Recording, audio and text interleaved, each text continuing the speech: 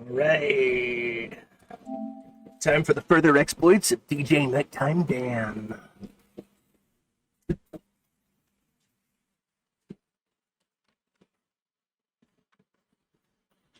Okay.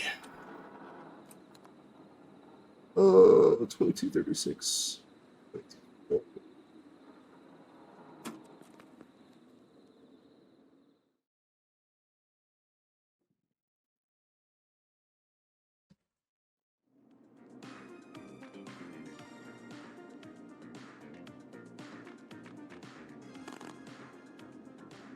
We have a call waiting. Let's see if I can get that trophy.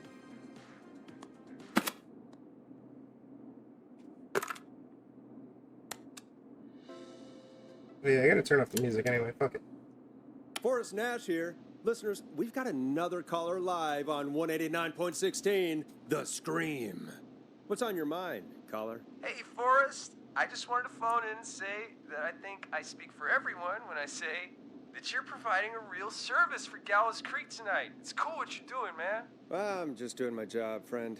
Anyway, tell me about yourself. What's your name? Are you keeping safe tonight? Yeah, man, I'm good, thanks. I'm at my roller rink, trying to get everything ready for the Harvest Festival tomorrow. I had a guy from Starling Security here earlier installing the Starling 4000 system, so I'm a little behind. As for my name, my friends call me Roller Ricky, and I now consider you a friend, my man. We're friends now, huh? Well, that's kind of you to say. Thanks. Yeah, man. Sounds like roller skating is more than just a job to you. So is this vocational? I wasn't always Roller Ricky. Once upon a time, believe it or not, I used to go by just Ricky.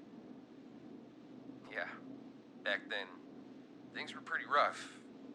I used to roll with a bad crowd. Not all bad, but... I don't know, man. Guy. Anyway, some bad stuff went down. I harbored a lot of guilt for a long time and turned to the bottle.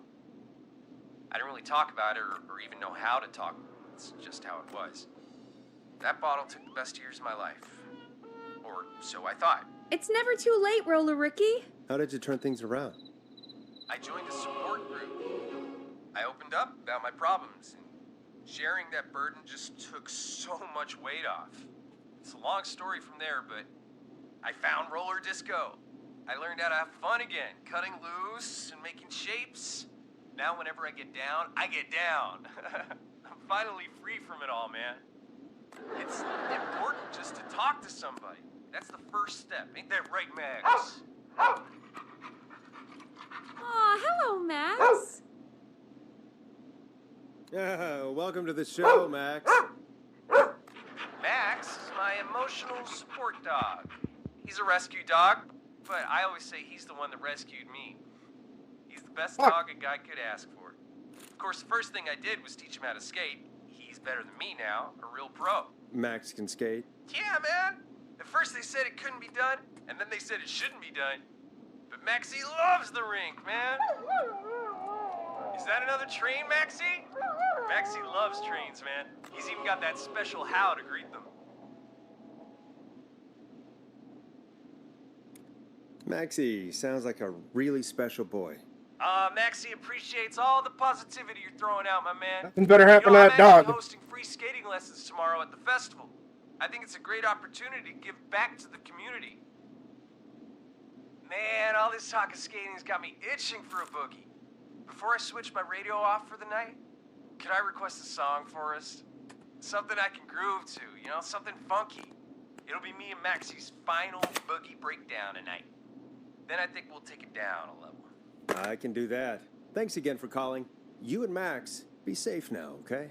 Bye, Maxie. You got it, man. Peace. Well, folks, this next one goes out to Roller Ricky and Max. Sounds good, Jenka. Have a good night. I really needed that call, Thanks you for know, stopping by. after everything. Yeah, I get that.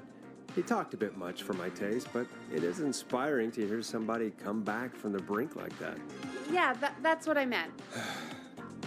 You were thinking about Max on skates, weren't you? Well, would you look at that? Another caller on the line. What are the odds? Better take it. Oh boy. Welcome back to 189.16, The Scream. This is Forrest Nash. How are you tonight, caller? I'm doing okay. I made it home safe. Hey! Hey, I just wanted to thank you for doing what you could earlier. You know, even though we lost Jimmy, and I don't know. Hey, it's okay. You were so brave earlier. You're safe now. I wanted to ask you why he didn't. Why am I? Why what, Carrie? Why did he spare me? After what he did, why let me go? Maybe he only wanted to hurt the pranksters. Maybe. Did he just think everyone was making fun of him? Did he always hate these hazing rituals? I mean, if he did, why wait all these years to... Why do this now? These stupid hazing nights have to stop. Carrie, you did so well tonight. Stay safe and rest. Help is coming to Gallows Creek. We just need to hold on. Thanks, Peggy. Hey, Forrest? Could I request a song? Of course, Carrie. What song? Any song by Blast Processor. And thank you. This next one goes out to Carrie. Convenient. I already had it.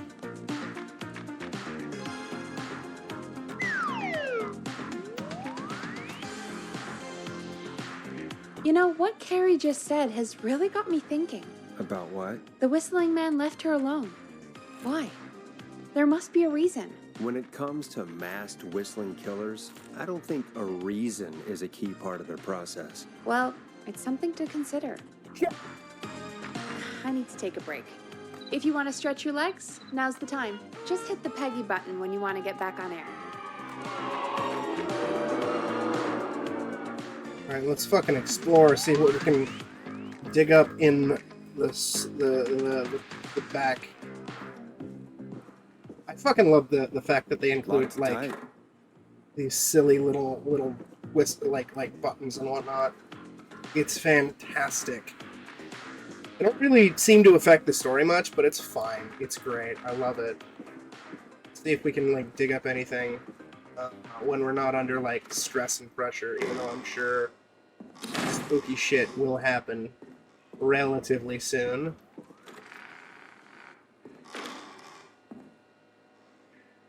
Newspaper there.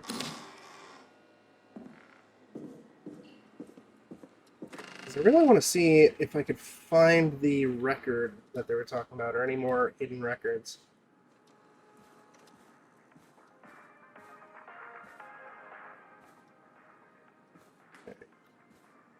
No spooky shit is going to be happening relatively soon. Spooky evil shit. I'm trying to get everybody to survive. I know there's a trophy for it too. Plus, also, you know, I want to do due diligence and keep everybody alive. The bloodiest moon. You cannot interact with that door. Good to know. A bunch of mousetraps. Got sweet neon, baby.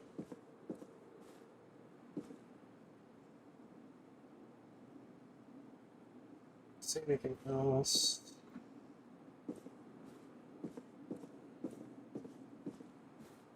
Might not be enough. There might not be too much. No!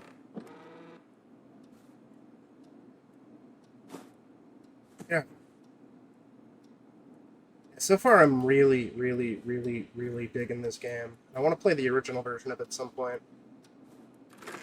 See how it stacks to this remake.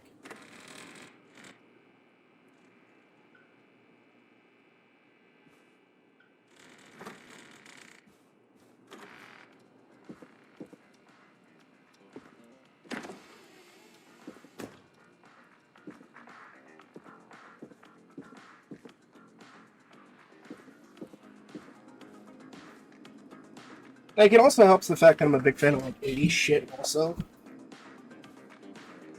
Nice. New music to play. Cool.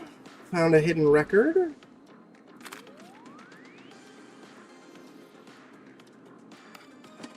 So,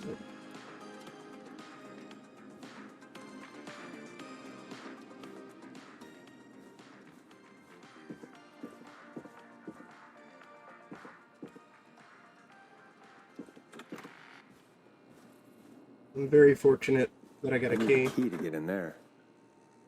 for the game. Although, you know, I'm gonna buy it on Steam too, Needs a key. or Xbox, so I can give the devs my money because this is a really, really, really good game. I'm not getting in there tonight. I think that's everything we can explore. So I guess head back up.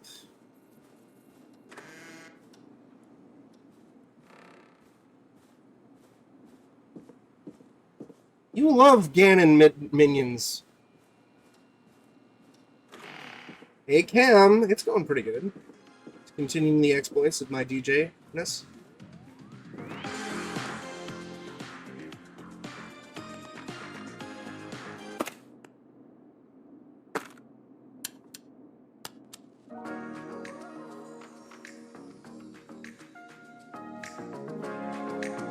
Let's get going, Peggy. Alrighty, we could run another segment or. Scratch that, Forrest. We have a caller. Oh boy.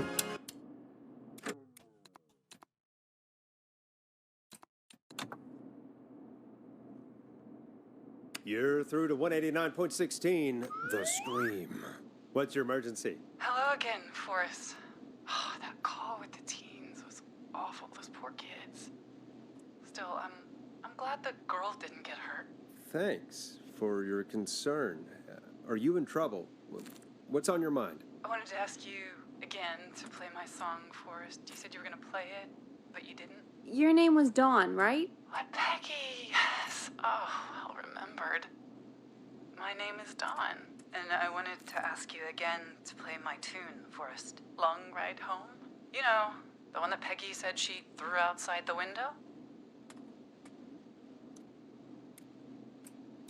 You must really love that song if you're calling up to ask for it when you know we don't have it. Well, I do love it.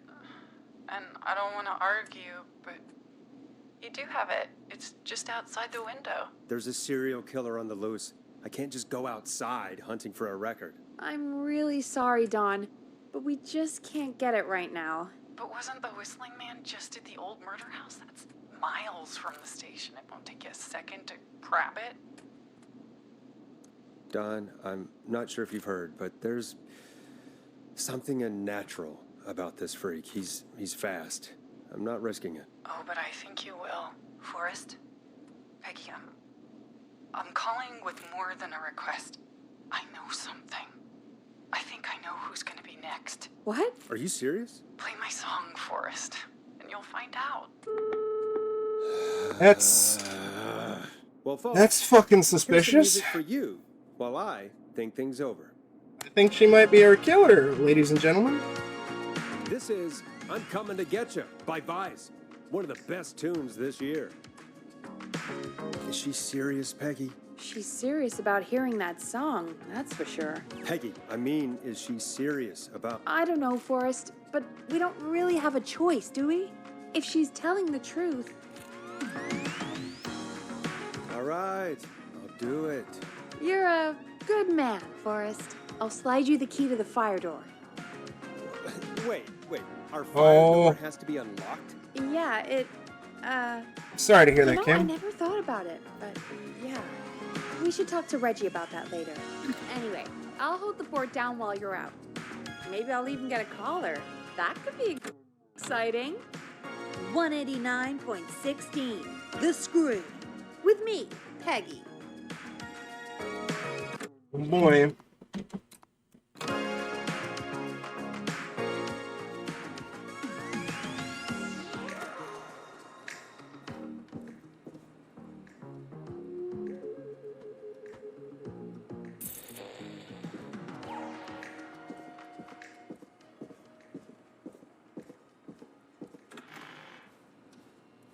A little uneasy about this, chat.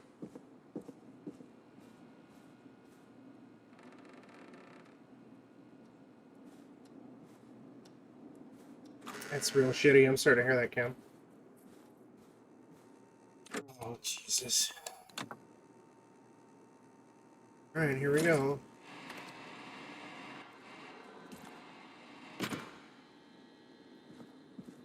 Maybe one of the windows, right?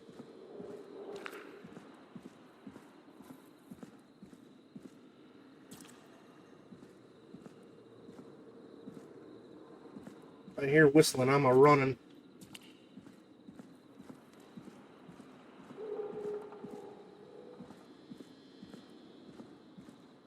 You know, I hope she'll be happy when I'm brutally murdered by the Whistling Man. Out here. In the open. Alone.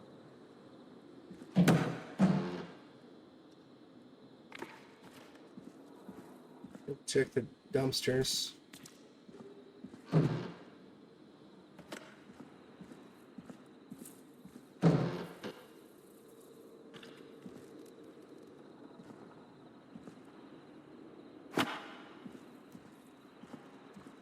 Got a fuse.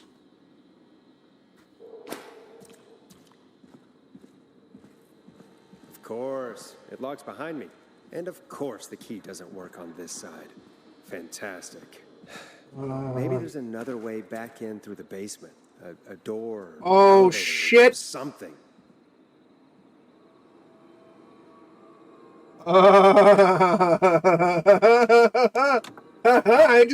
I fucking saw you!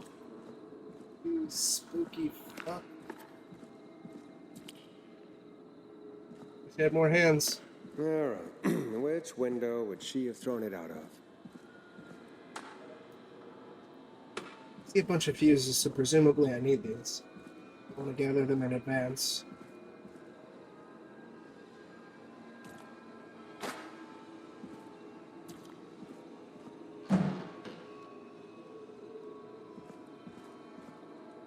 Damn. Hypothetically, it means it could just be entirely unnoticed, which I am a fan of.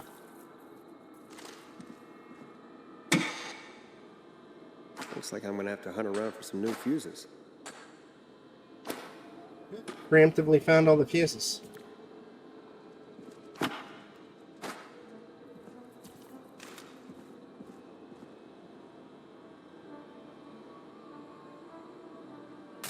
Nah, that's not right.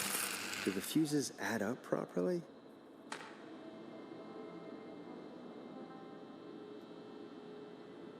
$30. I'm at them. Oh, right.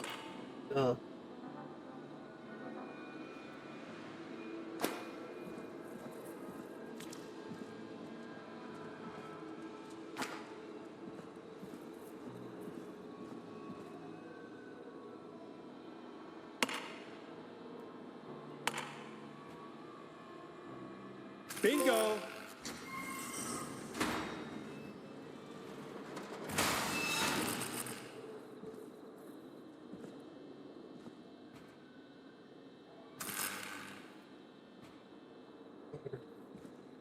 Here it is. Long ride home.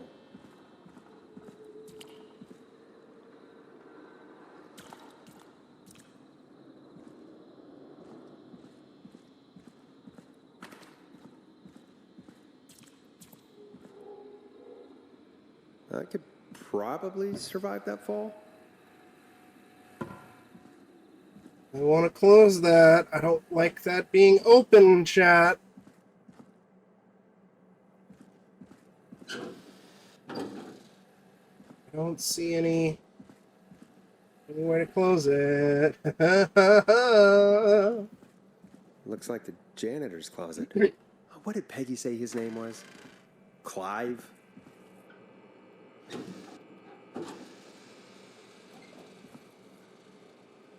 Got a secret little room here.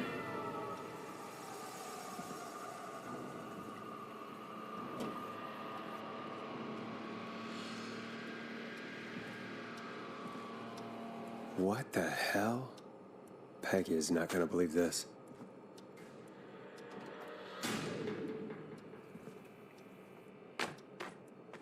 Huh, there's a key. I'll just take that. Might be important.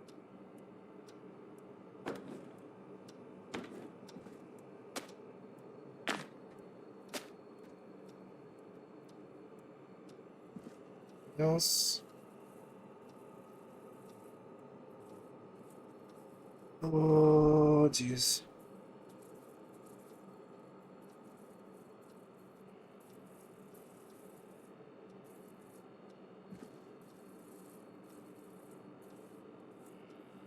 Yeah, Clive is possibly our killer.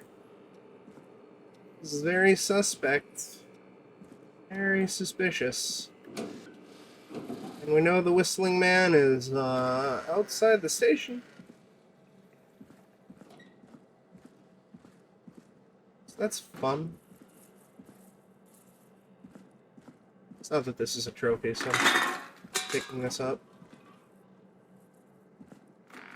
I wonder how the show's going.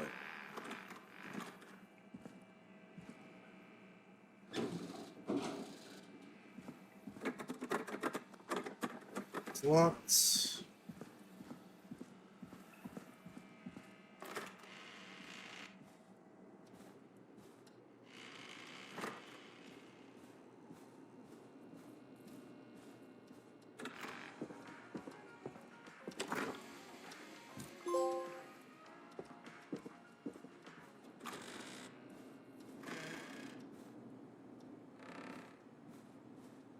Oh, we are.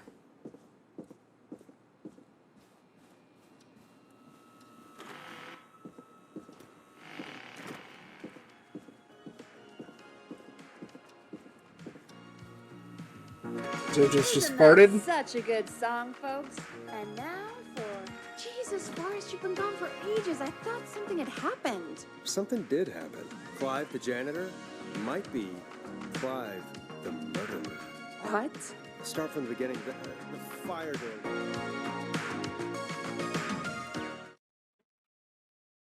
2:40 a.m. Why did you heave that thing all the way up here? Because the basement's creepy as hell, and I don't like standing around down there. Fair.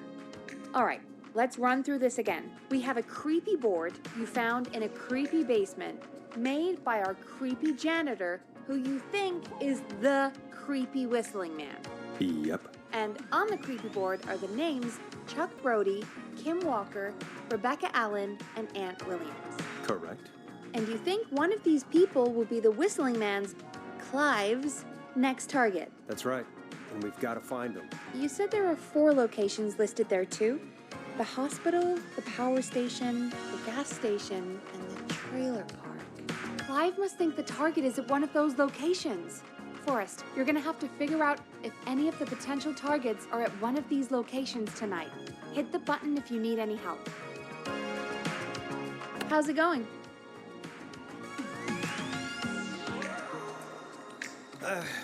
It's not going well. I could use some help. Okay, let's review the basics. Yep. We need to work out who the next target is. There's 4 locations, right? And 4 people. We need to figure out if anyone is at any of the 4 locations tonight.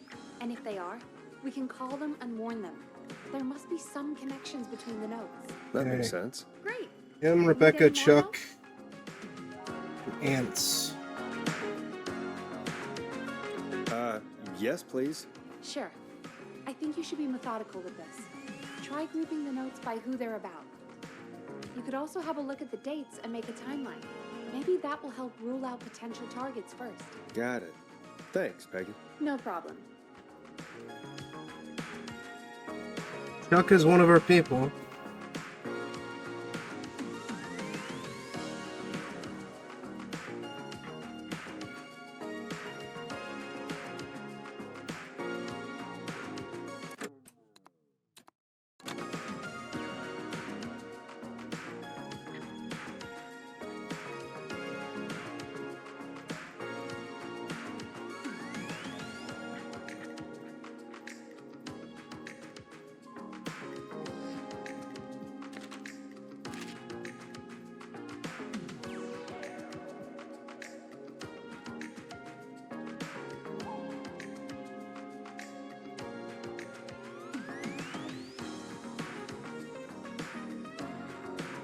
Tim Walker and Pete Stein.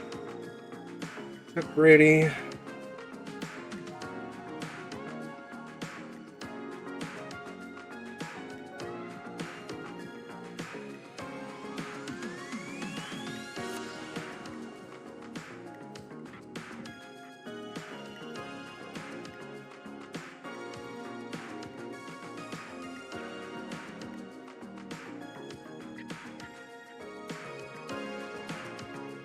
Oh, we can't remove it from the board. Okay.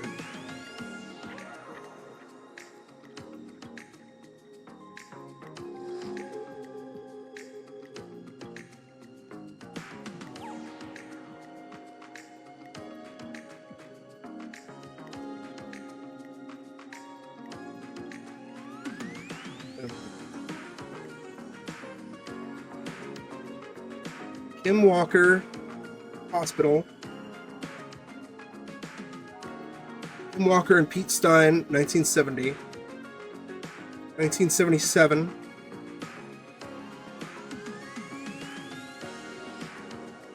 Kim Walker's dead.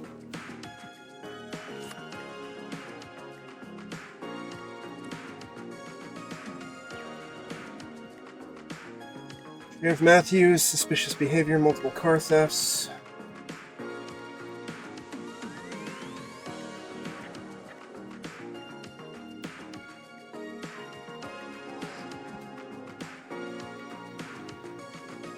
$24-hour gas station bought by lottery winner. Christine's Gas and Repair has been sold to a man who won the lottery 14 years ago. New owner, Williams. Keep me busy. Past remains anonymous. This is 1986.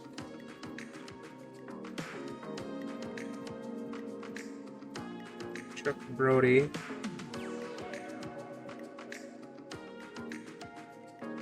$1969.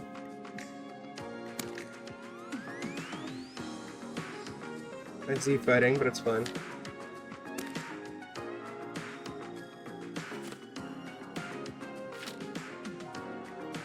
Justice for Festival Victims.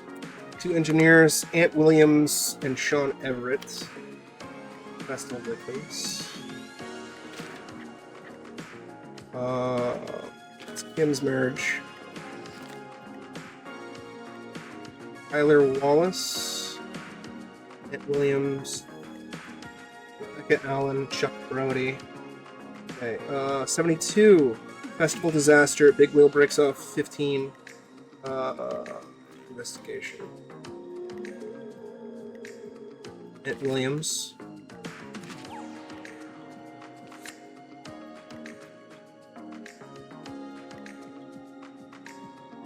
(1987). Infamous author of a tell-all book, Diary of a Car Thief, moves out to Gallows Creek to live life in the big city. Jim Randy.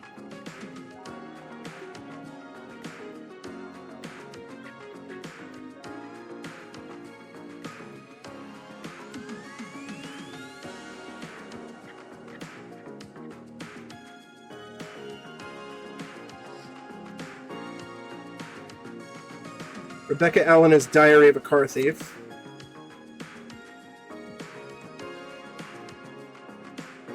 Rick Matthews.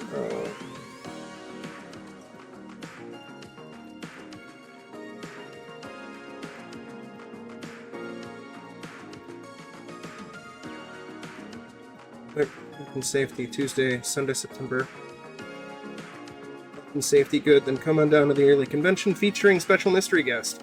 Lead engineer responsible for the Gallows Creek Harvest Festival disaster in 1972. Lead engineer was Ant Williams.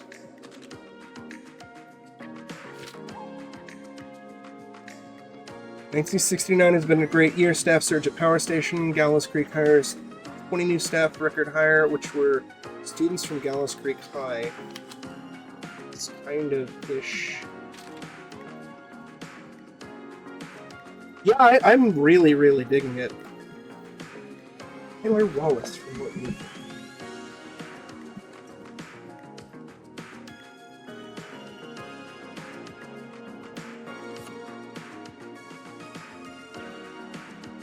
Mark.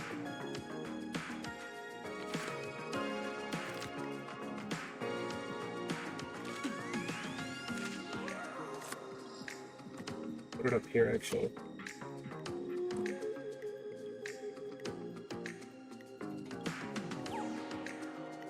Informant who has to remain anonymous will hereafter be referred to as RA, free with no charges.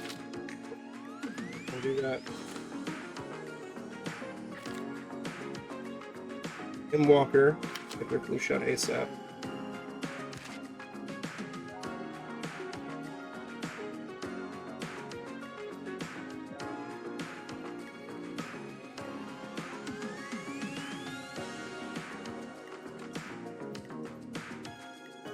Who won the lottery 14 years ago? What year is this? 1986.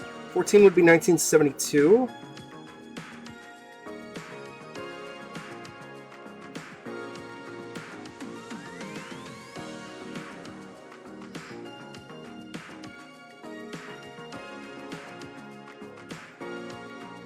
Shit.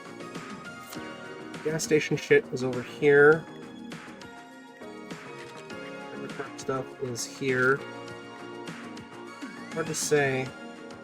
Billy Price. Aunt Williams Car Club.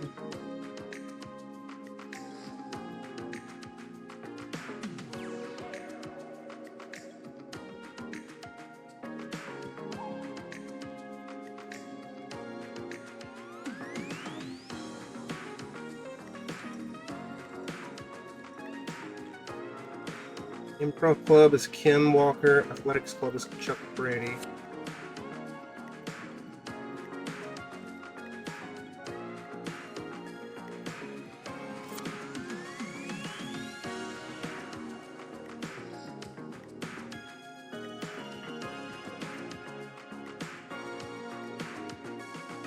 I want to say it's going to be at the gas station. Kim is dead. Chuck.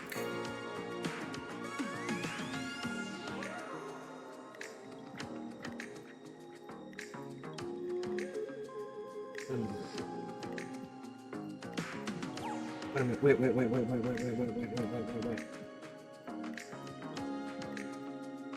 Mrs. K. Stein.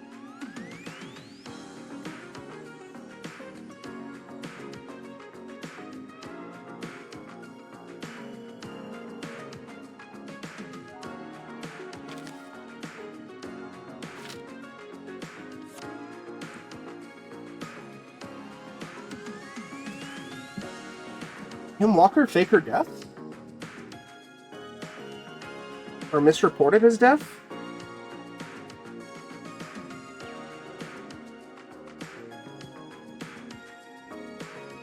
The deceased have been identified as Paul Stein, Peter Stein, P. Stein, and K. Stein.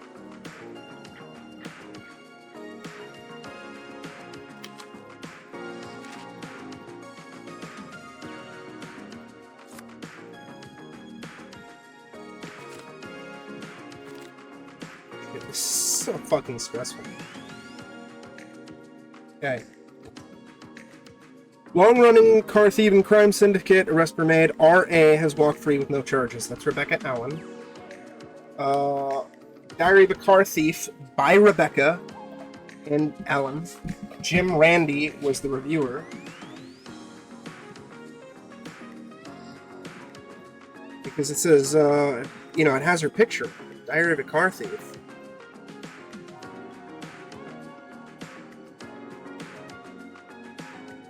Water.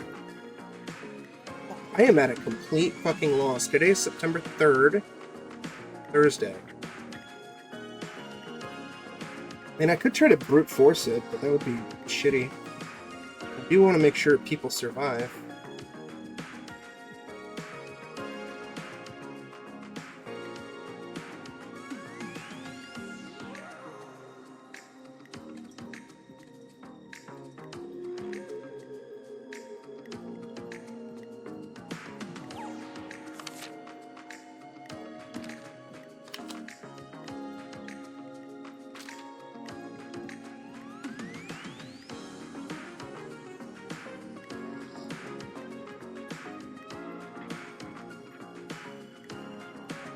We bought him some lottery tickets.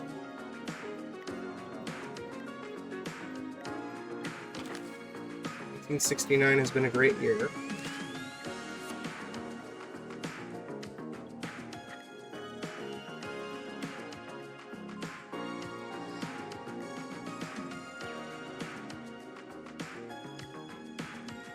He left town. Okay, so it can't be Rebecca. It cannot be Rebecca.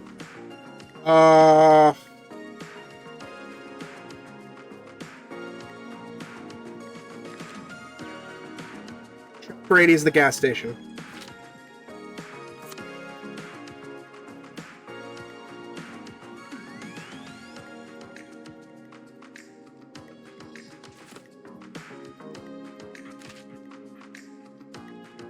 Okay. Not Trailer Park, not Rebecca.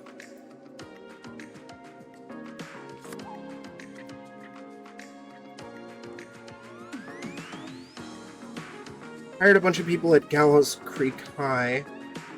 Find myself 1969 has been a great year so far.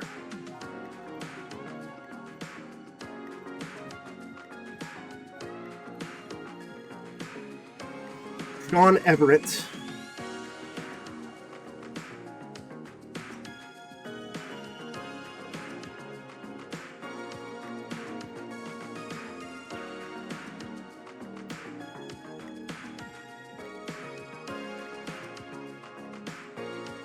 Could be Aunt Williams.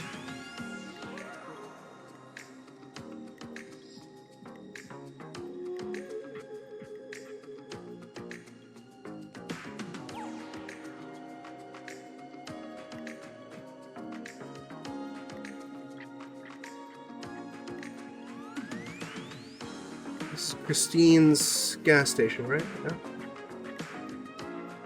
Christine's Gas and Repair. Is that in town?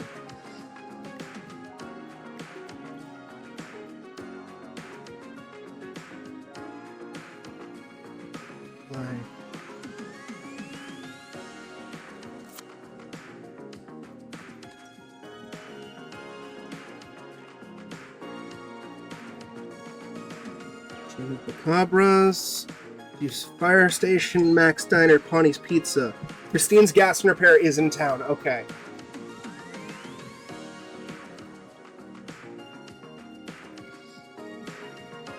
Power Station was already hit.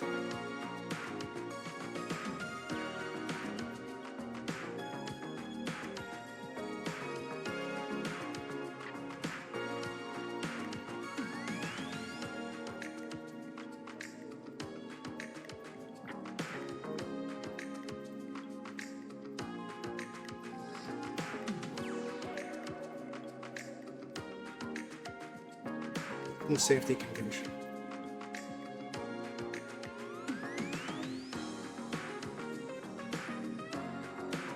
I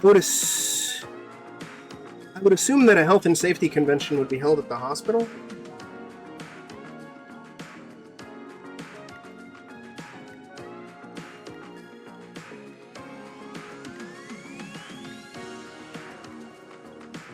All right. Oh. Quickly save, just so all my info's in play. In case we got it wrong, we can reload. How's it going? I'm ready, Peggy. Are you sure? We've only got one shot at this. I'm sure. Let's do this. Okay, name first. Who do you think the target is?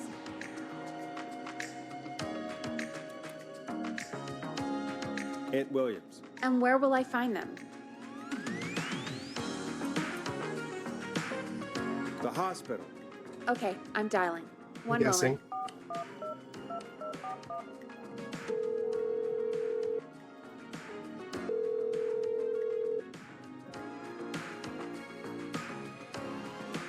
Forrest, I'm through to the hospital, but they say there isn't anyone by that name there. What?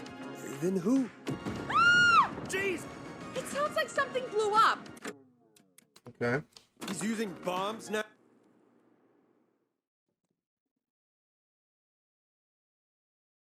Unless all this is false.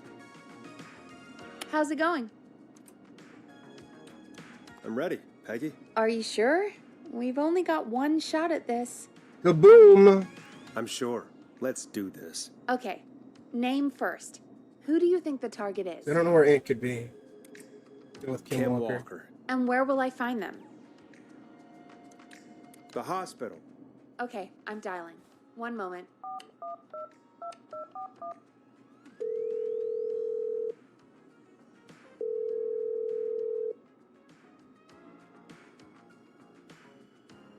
Forrest, I'm through to the hospital, but they say there Fuck! isn't anyone by that name. We're gonna go with Chuck then. Chuck gas station. Still could be wrong. How's it going? I'm ready, Peggy. Are you sure? When Big Safe's got an asshole, I don't give a shit. I want it. I'm sure. Want that trophy. Let's do this. Okay. Want to keep everybody Name alive. first. Who do you think the target is? Chuck Brody. And where will I find them? The gas station. Okay, I'm dialing.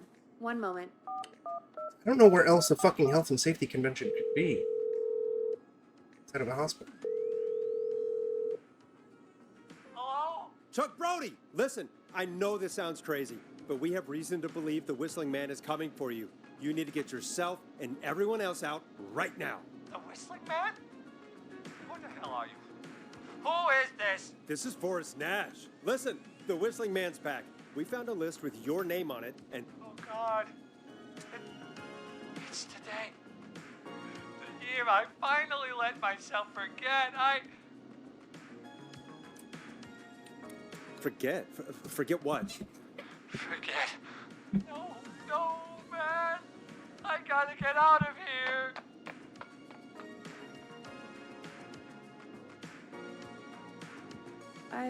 I think he ran off. Well, fingers crossed that Chuck... Jeez! It sounds like something blew up. He's using bombs now? Is Chuck? I don't know. Hang on, we're getting a call. Hello? Oh, I did it! Chuck! Forrest, the whole goddamn gas station's gone up. Is Third anyone time's the hurt? try, I baby. don't think so. I got everyone to follow me out. The town's only ambulance was blown to hell, though. Yeah. Damn it, that fireball threw me. I've got to get to the hospital. I'm not feeling great. Forrest, man, I can't thank you enough, but yeah, I gotta go. Wait, Damn it. We lost him. What was that about today? Oh, Forrest, the call board is lighting up.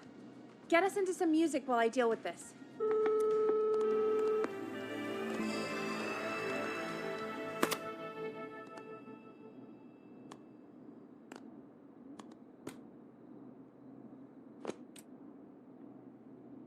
Here's some music while we regroup here on KFAM 189.16, The Stream.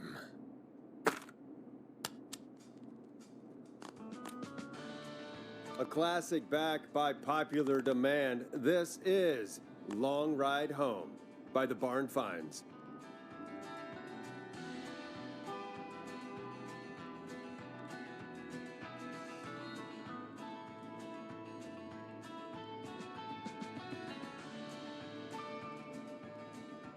There's gotta be more in the basement to show us who Clive is targeting. And if that's the case, we can get ahead of him. Stop the killings before they can happen. Forrest, we need to go Oh, back down. shit. By we, you mean me, right? Yep, like I said, I need to handle all these calls. Maybe start with that creepy mannequin room you mentioned before. I still have a lot of questions about those, by the way. Me too. Boy. Back to the fuck dungeon, chat.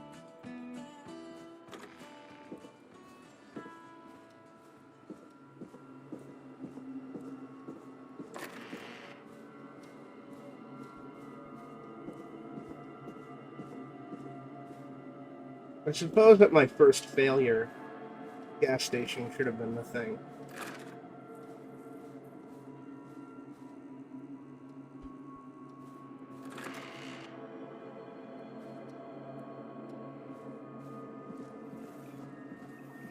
Yeah, I'm gonna be a little unnerved by it.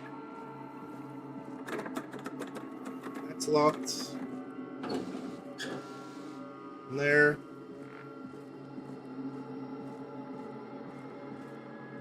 Double check here, see if we got anything. Scarbaggio.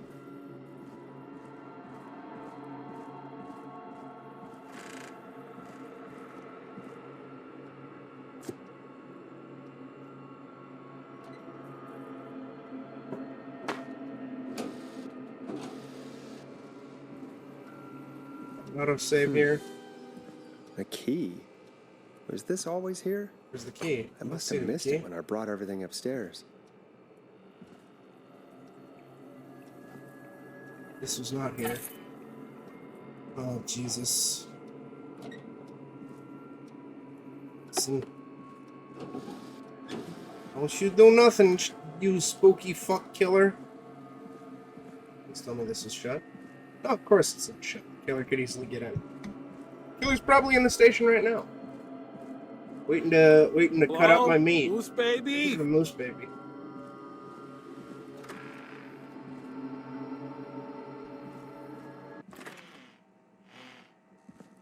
Music has changed suddenly.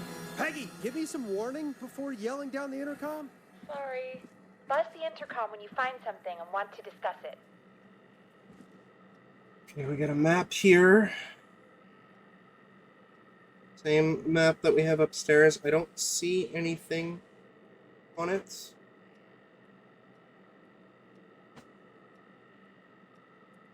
Man, I wish. I wish. Still think that's Spooky Caller who was asking. Peggy, I've found a tape and a map down here. A map of what? Looks like it might be to somewhere in this storage area. Weird. Well, maybe the tape will give us more information. Give it a play. Have a tape player down here? Not.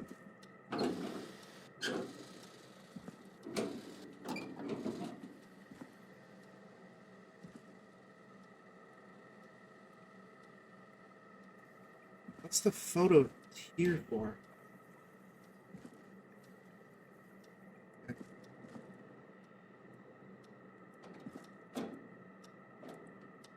Fucking doors.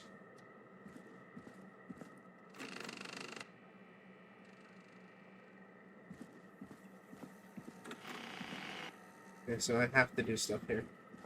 Are you a tape player? Yes, you are.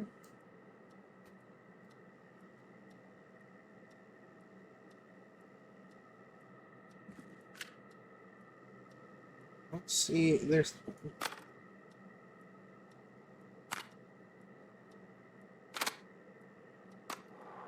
George Barrow, 1968. That's when this all began for me. Follow the maps, find the tapes. I'll be waiting. Wait. George Barrow? We all heard that he drowned after a night out drinking.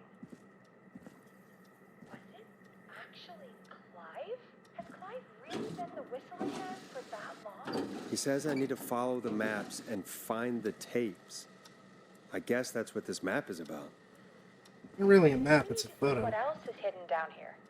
Be careful, Forrest. Keep looking. Buzz the intercom when you found something. Photo shows here.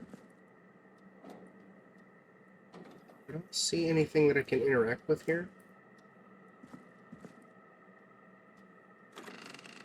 I would not be surprised. I'm sus of that spooky caller lady. Oh, it was probably referring to this one.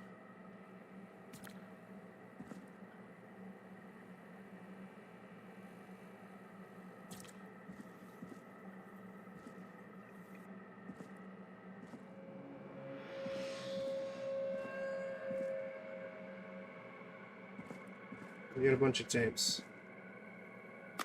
Time of autopsy is 7 a.m. Cause of death is asphyxiation from drowning. The degree of rigor mortis indicates that the subject has been deceased for 5 hours. That puts the time of death.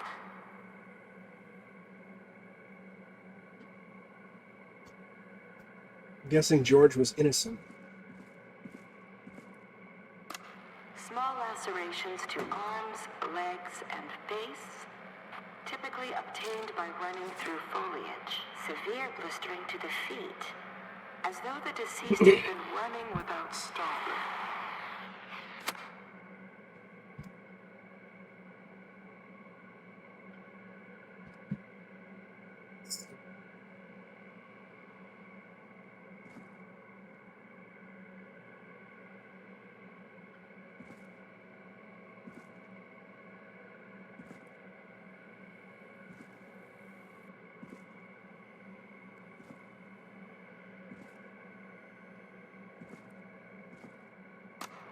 Preliminary toxicology results shows no signs of inebriation.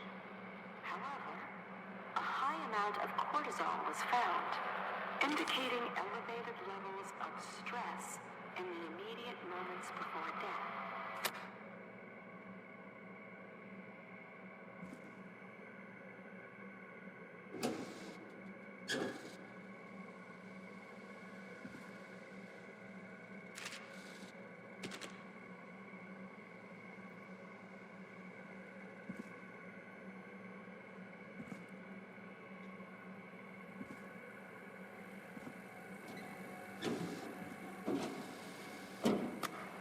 Additionally, there appears to be a post-mortem injury to the arm.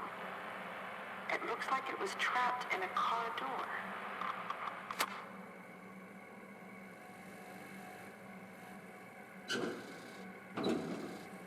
We'll see another photo around here.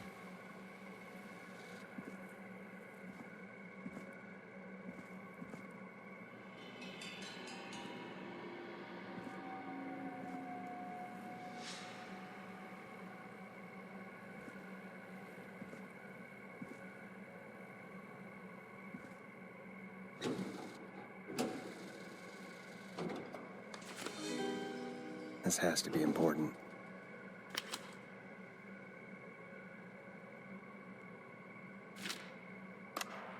It is the coroner's opinion that the subject likely feared for his life and was chased, resulting in a fall from a height into a body of water, where he hit his head, was knocked out, and drowned. Following that, he was moved. Dr. Sullivan, we need to have a talk. Is that recording? Shut it off.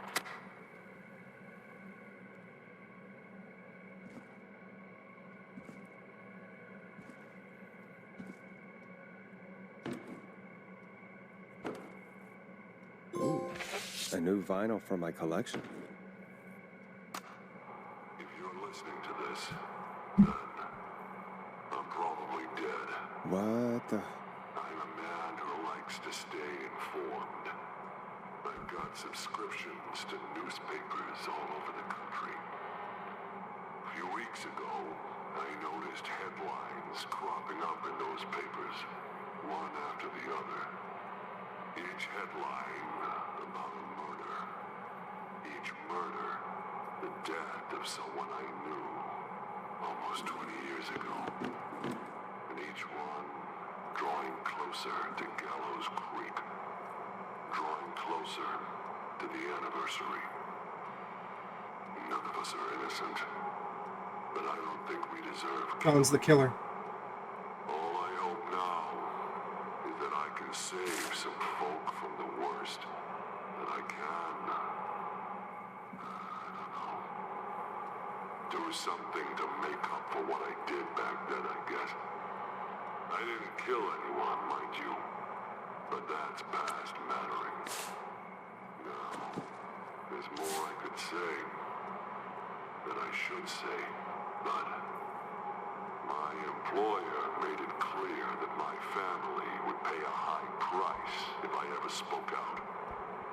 So, hopefully I've said enough for you, listener, whoever the hell you are, to start putting the truth together. What the hell? Peggy is not going to believe this. Yep.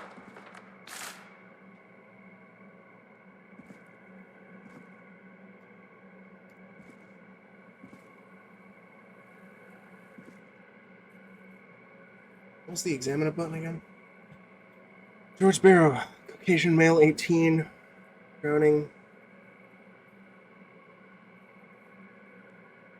Virginia Sullivan.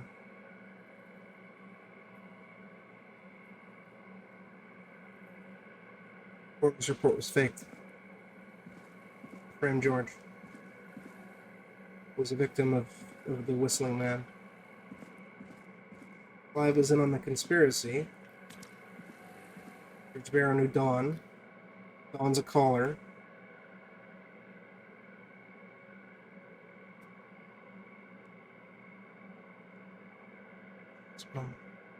There.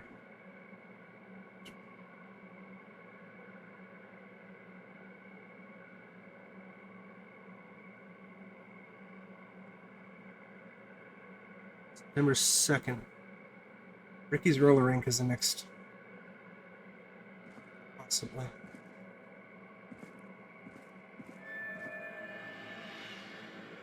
Give it to me again.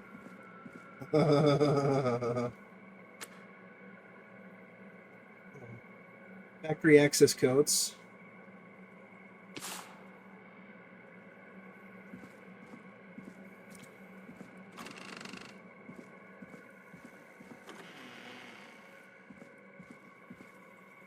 What have you found, Forrest? It's an autopsy tape. It doesn't say for who, but I think it must be for George. Poor George. He was so young. Something's bugging me, Peggy. What do you mean? I swear I recognize the voice of the woman talking on the tape. I just can't Virginia. place it. Seriously? Do you think you've met her before? I don't know. I mean, I just got here recently. I don't know. That was the lady we Found called the another frat tape boys that for help. Talks more about how George died. What did it say? It sounds like he was running for his life. Sprinting through trees and bushes, getting cut up all over. What would drive someone to do that? I'm not sure yet. There's also a tape about a toxicology report. There were no signs of drinking or that he was on anything. What? But everyone said he went swimming drunk and drowned. It was in the newspaper and everything. I found a written autopsy report. What does it say? According to that, it's just like you said at the start. George drowned after getting drunk. Said he liked to fight, too. But that contradicts the tape. I know. And I think I know why. There's a note with the report that says, "I'm sorry I made you do this, Virginia." If it was on the autopsy report, then Virginia must be our coroner. Wait, the caller from earlier, when we had to call the takeout restaurants, wasn't her name Virginia? We need to call her back once we finish down here. It looks like she might know something about what's going on. I found a tape that introduces a new detail to the story. Post-mortem injury. Apparently, his arm got caught in a car door. A car door? Yeah, after he died. How do you suppose they can tell? How can they tell? I'm a radio producer, not a coroner. In another tape, the coroner comes to the same conclusion as I did. George was running from something. Maybe an animal? Maybe, but then there's this next bit, where the coroner thinks he was moved post-death. Moved the body? How weird. At the end of the tape, someone burst in and demanded Virginia stop recording. I think it was Clive. This is starting to make sense now. This is a conspiracy to cover up what happened to George. I think I found Clive's last recording. I think Clive might be gone. Gone? I found a confession. Not for any killings, but for playing a part in covering up George's death. He left this behind in case he died. He hoped someone would find it. Do you think the Whistling Man already got him? The start of the game. We've had a lot of callers tonight, but maybe not every victim made it to the phone, you know? We don't know how many there really are. Christ, Forrest, that's dark. I know, but Clive said he had read about other murders in other towns, and that the murders were all folks who knew about the incident. And the killings were getting closer to Gallows Creek. He said he wanted to do something good for once. The board in his office. He wasn't tracking people down to kill them. He was tracking them down to save them. Ugh, why didn't he just come out with all of this? He said his employer threatened his family if he spoke out about any of it. His employer? The one who orchestrated the cover-up? Oh, Clive. I'm sorry for thinking you'd killed all those people. Do you think you found everything? I think so. Forrest, what's going on here? Someone wanted that boy's death to seem like an accident, and they hired Clive to make it look that way. Come back upstairs when you're ready. We need to figure out our next step. No, I wasn't ready. I want to bring shit up. Thank God you're back, Forrest. I've been running out of stuff to pad our airtime with. Peggy, you work in radio. Forrest, I'm stressed. I mean, really. Well, I How can go are we downstairs. supposed to keep a show going with all this happening? This is our job, Peggy. We gotta do it. You're right. So, what's the plan now? I think we should call Virginia back. All right, I'll get her on the line. Okay, Forrest, shut the music off. Come on. Point at me. Hello again, Gallows Creek. This is Forrest Nash. We're circling closer to the truth behind tonight's events. To this end, we're calling back one of our earlier callers, Virginia Sullivan.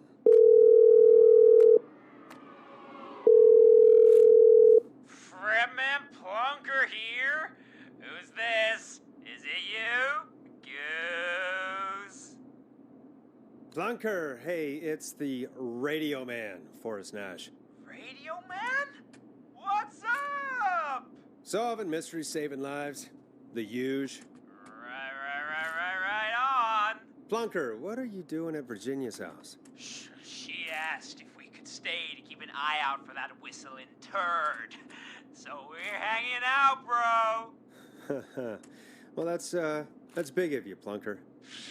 No, it's nothing. Can I speak to Virginia? Sure thing, Radio Man. I'll just go get her. Who is this? Hey, Virginia, it's Forrest. I'm glad you're still okay. Oh, Forrest. Sorry, I'm still jumpy. I can't blame you. I'd be jumpy too. I'm so sorry this happened to you, Virginia. I thought I was. I thought... Easy. We're not calling to talk about earlier. We're calling because we think you can help us understand why this is happening tonight. Me? What would I know? Does the name Clive mean anything to you? Clive? No. I don't know that name. What are you asking about this for? You mentioned that name earlier when you called us the first time. I don't know what I said then. I was petrified, Forrest. Clive's the janitor at our station, and we know you spoke to him in the past. Forrest, please. You don't know what you're doing. He'll come for me. Virginia, it's okay. Clive won't be coming after you. We think Clive's dead. Dead? But isn't he? He's the whistling man, Forrest. We found evidence to the contrary. But It's true. And we found your autopsy reports for George Barrow. how? I saw him destroy them. Well, he didn't. I don't know if he kept them or made copies or what, but we found them. And we know it's related to what's happening tonight, which is why we called you. Why did you write a false report? All right. One day, I came into work to find a boy on my slab. And as I finished the autopsy, this man, Clive, Of course. he just burst in. And he started making demands to give over the reports To falsify what I found? Of course I said no. But, well, when someone wants to make you do something, they can use the carrot or the stick. For me, he used both. You see, my sister is sick. She has a chronic condition that's never going away. It's expensive to treat, and it was getting to where I couldn't afford it. And Clive promised me that his employer would pay for my sister's treatment if I did what he said, and that if I ever spoke about this, he'd beat me to within an inch of my life. I don't know why he had me do it, but my sister needed me. You have to understand. She needed me. We understand. Thank you, Virginia. That was brave. God, I just want this nightmare to end. This will help end it, Virginia. Thank you. Stay safe, Virginia.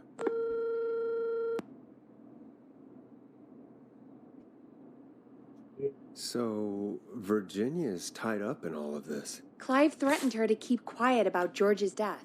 But for who? Why cover up these details?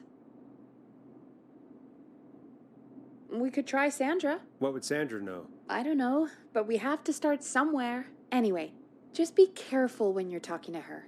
Don't push too hard. We don't want her to hang up. I'll be careful.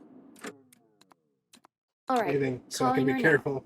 Hopefully she's at her jazz studio.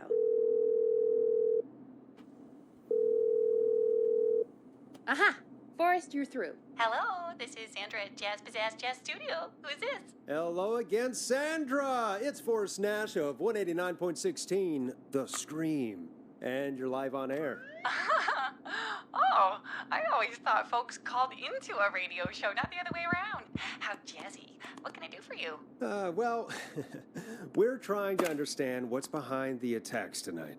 We had a few questions. Why, Forrest, of course. Heck, after the way you saved my life, I'd say yes to just about anything you asked. Oh, jeez. Do you know why the Whistling Man might have targeted you? Ha! As far as I could tell, he was just a knife-wielding psycho with superhuman cardio. He'd have chased after anybody. Right. Well, we think he might be chasing specific people. People who know about the death of a boy named George. Oh, I don't know anything about that. It's a hazing Sorry. ritual. That's my guess. And George died. And there was a cover-up.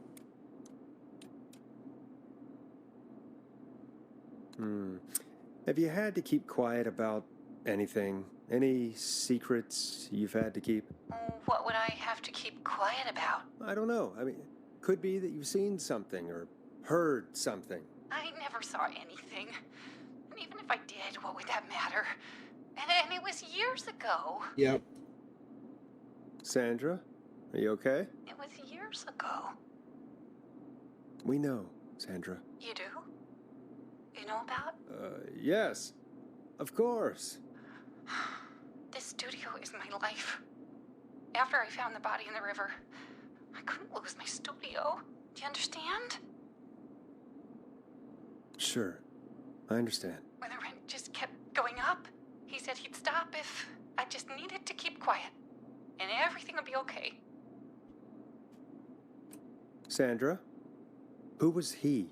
He said, if I told everyone I found the kid in the reservoir instead of the river, I'm sorry. I can't do this. And she's gone. I don't think that could have gone any better. You truly did great, Forrest. Well, folks, if hope so. anyone out there has any thoughts on what's going on tonight, please call in. That's good timing. We've got a call waiting just this second. Welcome to 189.16, The Scream, with me, your host, Forrest Nash. Hi, Forrest.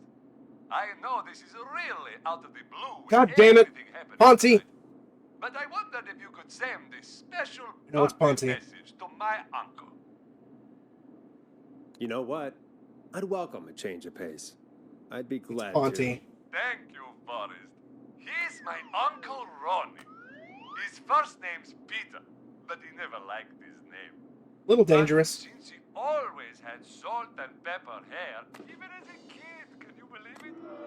Folks always called him Auntie. Pepper. Thanks for the history lesson. Is there anything besides happy birthday you would like to say to Mr. Pepper? Oh my god damn it! Yes! Tell him he can get the best birthday Fuck you, deals Ponty. and party packages here at Ponty's Pizza. Starting at just... Piece Son of a bitch, shit. Stop calling us. Sorry, Forrest. Let's just move on. It's Ponte. We've already got another caller on the line. God damn it. This is 189.16, The Scream. I'm Forrest Nash. You're on the air, caller.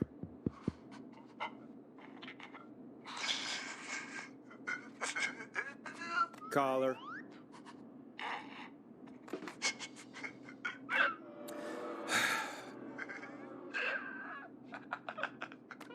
Ponty.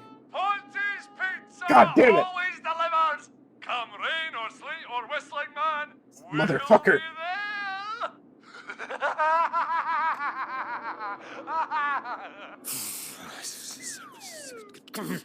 Forrest? Forrest? Are you okay? Forrest? I hope the whistling man gets in with his own pizza slicer. Jesus, Forrest? Sorry, that was too much. It's okay. It's been a high-stress night. Don't worry about him anymore, okay? Not for tonight, anyway. I think he's spent for now. We've got another call, whenever you're ready. Not ready. Going back to the basement. I suppose I should take this call. Yeah, I will in a minute, game. Probably Ponty again.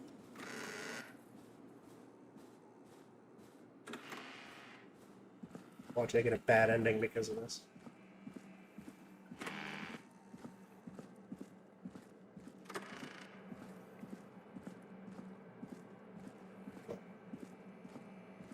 Yeah, I will eventually.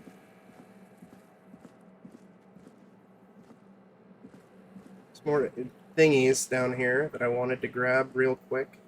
What was it? Where'd it go? Take shit. The line's lit up. I need Yeah, to take the call. yeah. Worry about it later. I guess it disappeared or something. Everything else is here. I'm upset.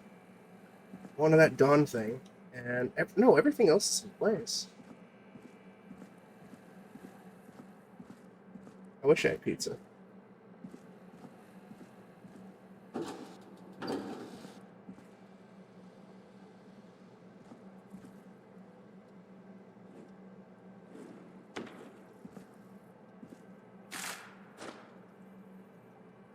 Yeah, alright. That other thing is gone, I guess. There's like an installation date thing.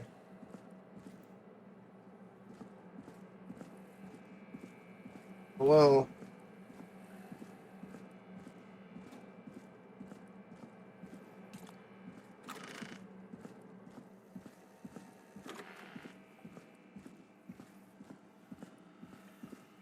I have a caller waiting. Yeah, I know, game.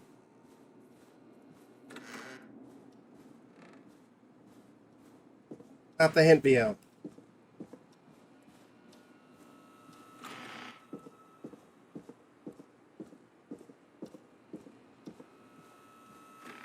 Call waiting. Better take it. They might need our help. Yeah. Folks, don't spend your money at Ponty's Pizza. That's all I'm going to say about that. Moving along, I'd like to welcome another caller to 189.16, The Scream, with me, Forrest Nash. Who, may I say, is calling? Well, hello again, Forrest. Dawn, we played your Dawn, song you're the on killers. ride home. Did you hear it? Can you tell us? Never mind that now. First, I'm calling because I need your help. Bet you're the killer. Are you in danger? I sure am. Do you mean Yes, he's after me now. you? I think so. He must have heard me on the radio helping you. Helping? You didn't exactly help. Maybe I've been helping more than you know. I was out following a lead, trying to work out who would be next, after Chuck. And what happened? And I started to feel like I was being followed. I came back to my apartment building, but this newfangled security system has me locked out. I need you to help me get inside. Can you go somewhere else? Well, home is the safest place I can be. Please. The front gate requires an entry code to open. I need that code to get inside. Which apartment block do you live in? Maybe one of our listeners lives there too. It's the new Woodside apartment building between the town hall and the trailer park, but I doubt any of your listeners live there. I don't have many neighbors. Oh yeah, it's very Sounds like satisfying. a prime piece of real estate. The sound really carries at night. Shit.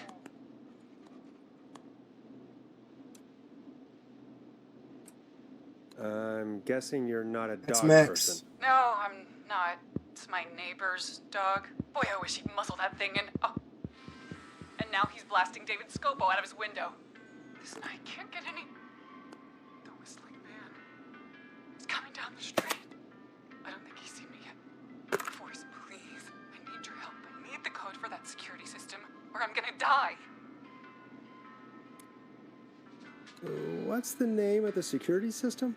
There's a sticker on the box. It says Starling Security 4000. There's a keypad, and it looks like it wants a 6-digit number.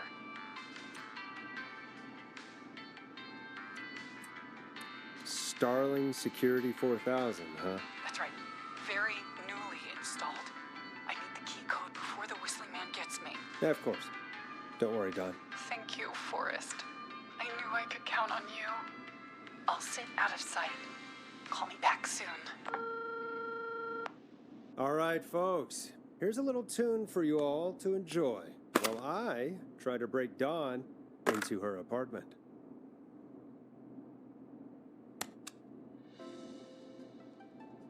It's David Scopo with Moonlight.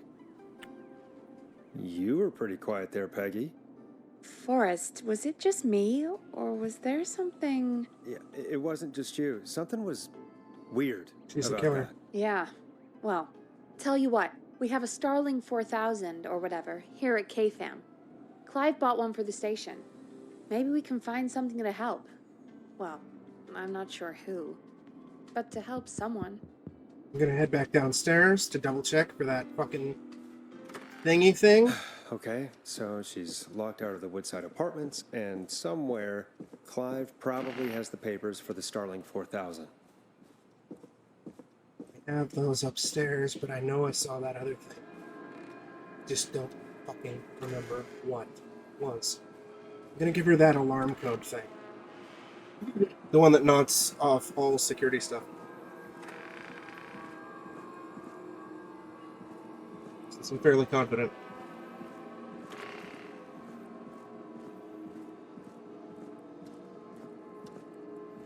Fuck.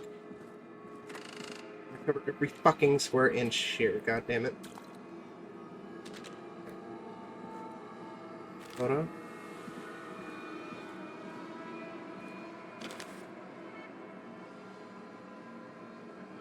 Okay, yeah. It's the case number.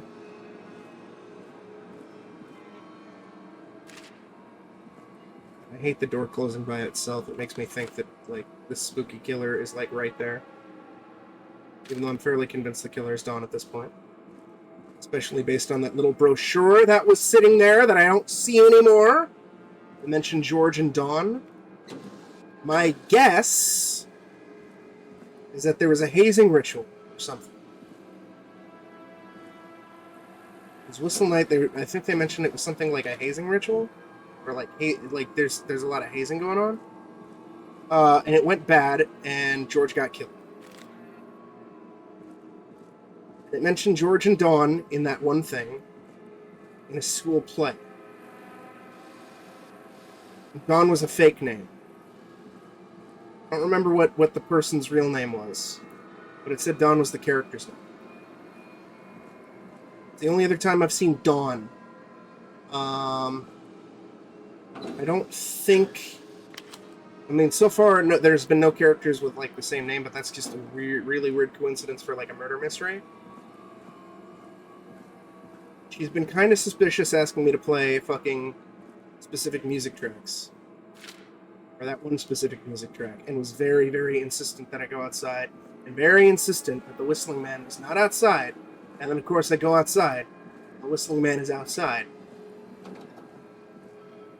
Now she's like, oh, woo, let me into that house, big boy.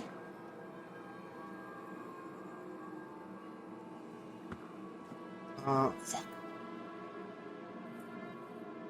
Wish I had that paper of all the places that had security systems installed. I can't fucking find it. Could use reset items. Fuck it, I'm gonna do that. What's the reset item?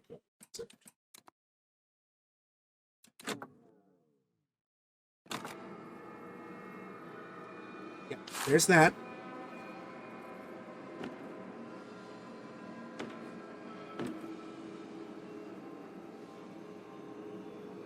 Maisie Cartwright as Dawn. George Barrow as Henry.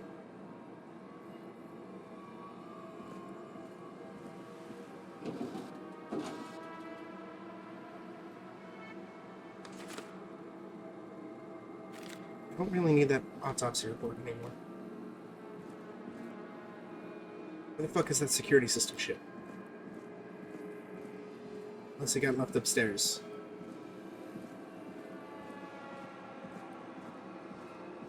Like the list of places installed. I want to move this upstairs. Same! Fucking same. And hopefully the cassettes didn't get reset though. That'd be a pain in the ass. Be like mildly annoying.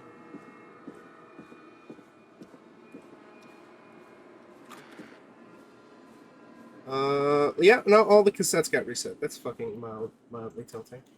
I don't remember where they all were. Oh, yeah, no, there's one.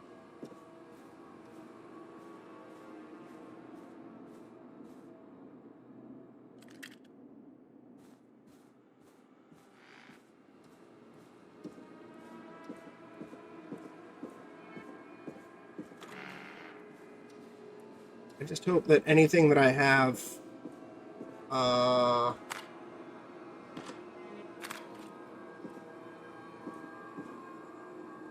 is not, like, I don't know. Anything that I previously bought into the booth with me, I hope that is not, required again. Otherwise, we're gonna be in trouble, chat.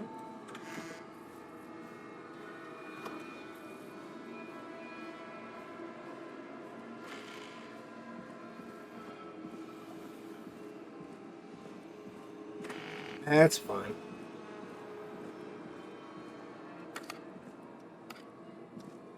There's no real reason for me to have the cassettes outside of just I want them.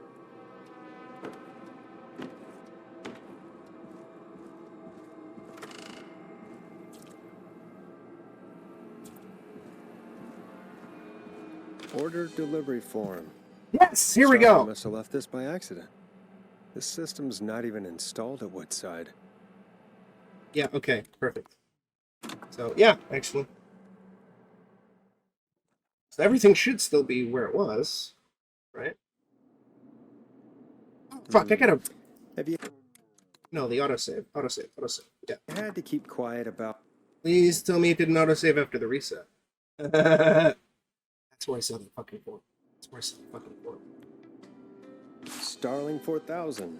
User manual. Ah, these codes should come in handy. Okay, so she's locked out of the Woodside apartments and somewhere... But I still want that Humpty Dumpty Dawn thing. Papers for the Starling 4000.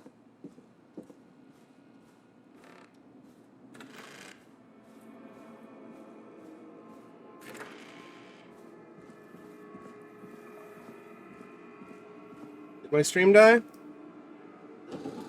Can you all still hear me? It says I'm 0 bits, dropping mad frames. apparently. There we go. Order Oh, it got moved over delivery form. here. Starling must have left this by accident. This system's not even installed at Woodside.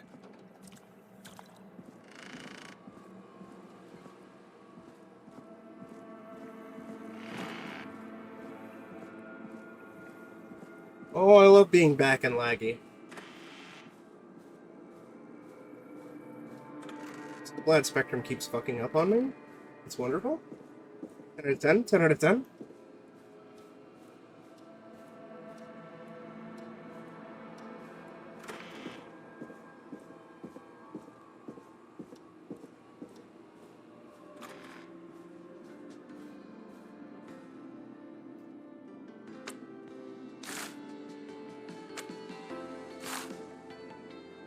Welcome back, Forrest.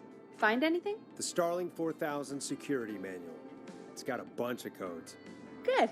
And did you find anything else? I saw a list of everyone else who bought the Starling 4000. Know who was on there? Oh my god. Roller Ricky! Do you think we should give him a call? Is that crazy? I don't know what you'd say, but... That might be a good idea. Okay, one moment. I got the number here. No, I don't want to let her in. Patching you through. I'm trying to get everybody survived, so... I might stream this again and get everybody killed. Shit. He probably can't hear it over the music. Forrest, I don't know about this. This is super weird. Just put me through to Don. I'll take care of this one way or another. Okay, if you say so. When you're ready, shut the music off. Line 1, whenever you're ready. Don, are you there? This is Forrest Nash from 189.16, The Scream. Oh, thank God you're back. I'm so afraid. What's the code to the gate? 191519.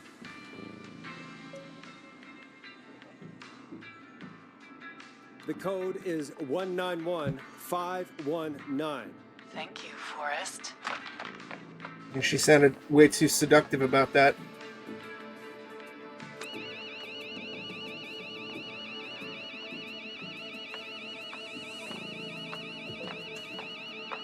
Son of a bitch. Ah!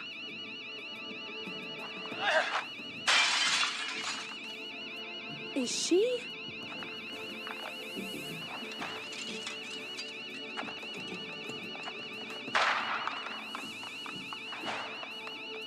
Yeah, stay out! Nobody disrespects the sanctity of the ring! It was Roller Rink. Don't ever come back here again! I'm calling the cops! Thank God. Hello? Is someone there? Ricky, get back inside and turn on the radio. Whoever that was, she was trying to break into the ring. She? Forrest, man, you got no idea. That was him! Yeah. That was the whistling man! The alarm gave me just enough time to get my rifle. I don't like hurting folk, but I can't let anything happen to Maxie. He's my best friend, you know? Listen, man, I'm heading back inside. Gonna barricade that window. My man, thank you. You and Peggy can skate for free whenever you want, forever. That's a done deal. Thanks, Ricky. Can't wait. You got it. Talk to you soon. Okay, Gallows Creek, here's some music while we process what just happened.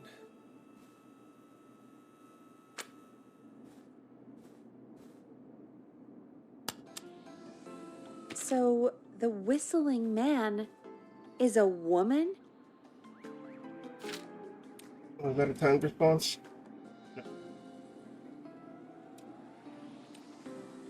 Yeah, I worked it out a while ago. Yeah, sure, Forrest. You just never mentioned it. She called up. You spoke to her multiple times.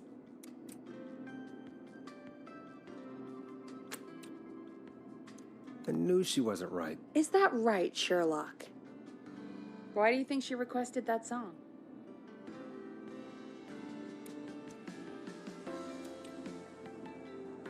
To get me outside? Maybe, but how? She didn't know the song was outside to start with. That's right. She never actually attacked me out there. So? What now? I guess I should make an announcement. We do have new info. Okay, kill the music and you can make the announcement. Okay, you're live in 3, 2... Hey folks, this is Forrest Nash here. I hope you're all safely locked inside. For those of you listening to that last call, you might be wondering what to make of it all. Here's our take. We now believe the killer is actually a woman. One who might manipulate you into letting her in before she attacks you.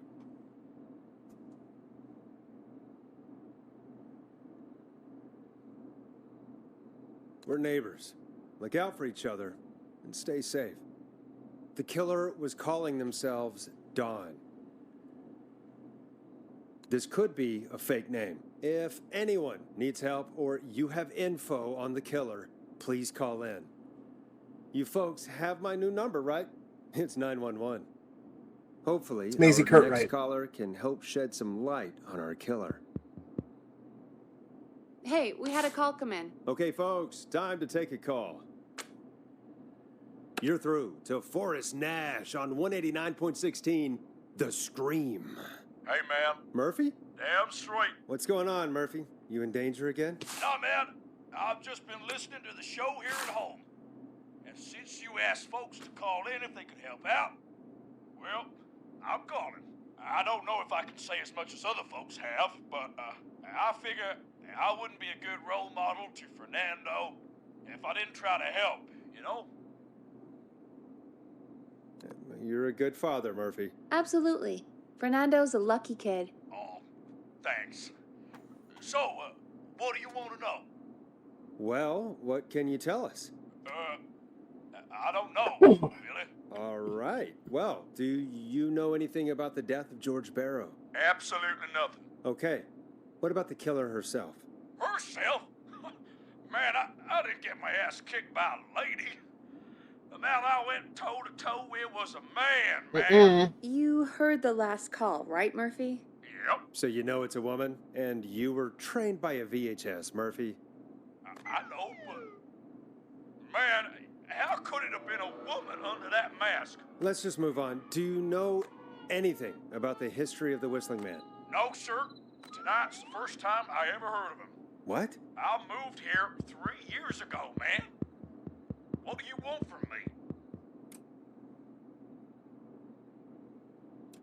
Hey, man, no worries. Just thank you for trying. Right. Sorry I couldn't help y'all more, man. He's at the power station. Now, if you'd have asked me about gators... Forrest, we have a Power call station coming was a target. Sorry, Murphy. I think that's all we've got time for right now. All right. I'll catch y'all with the gator talk later. Night. Well, folks, that was a bust. But perhaps our next caller has more they can tell us. Let's find out.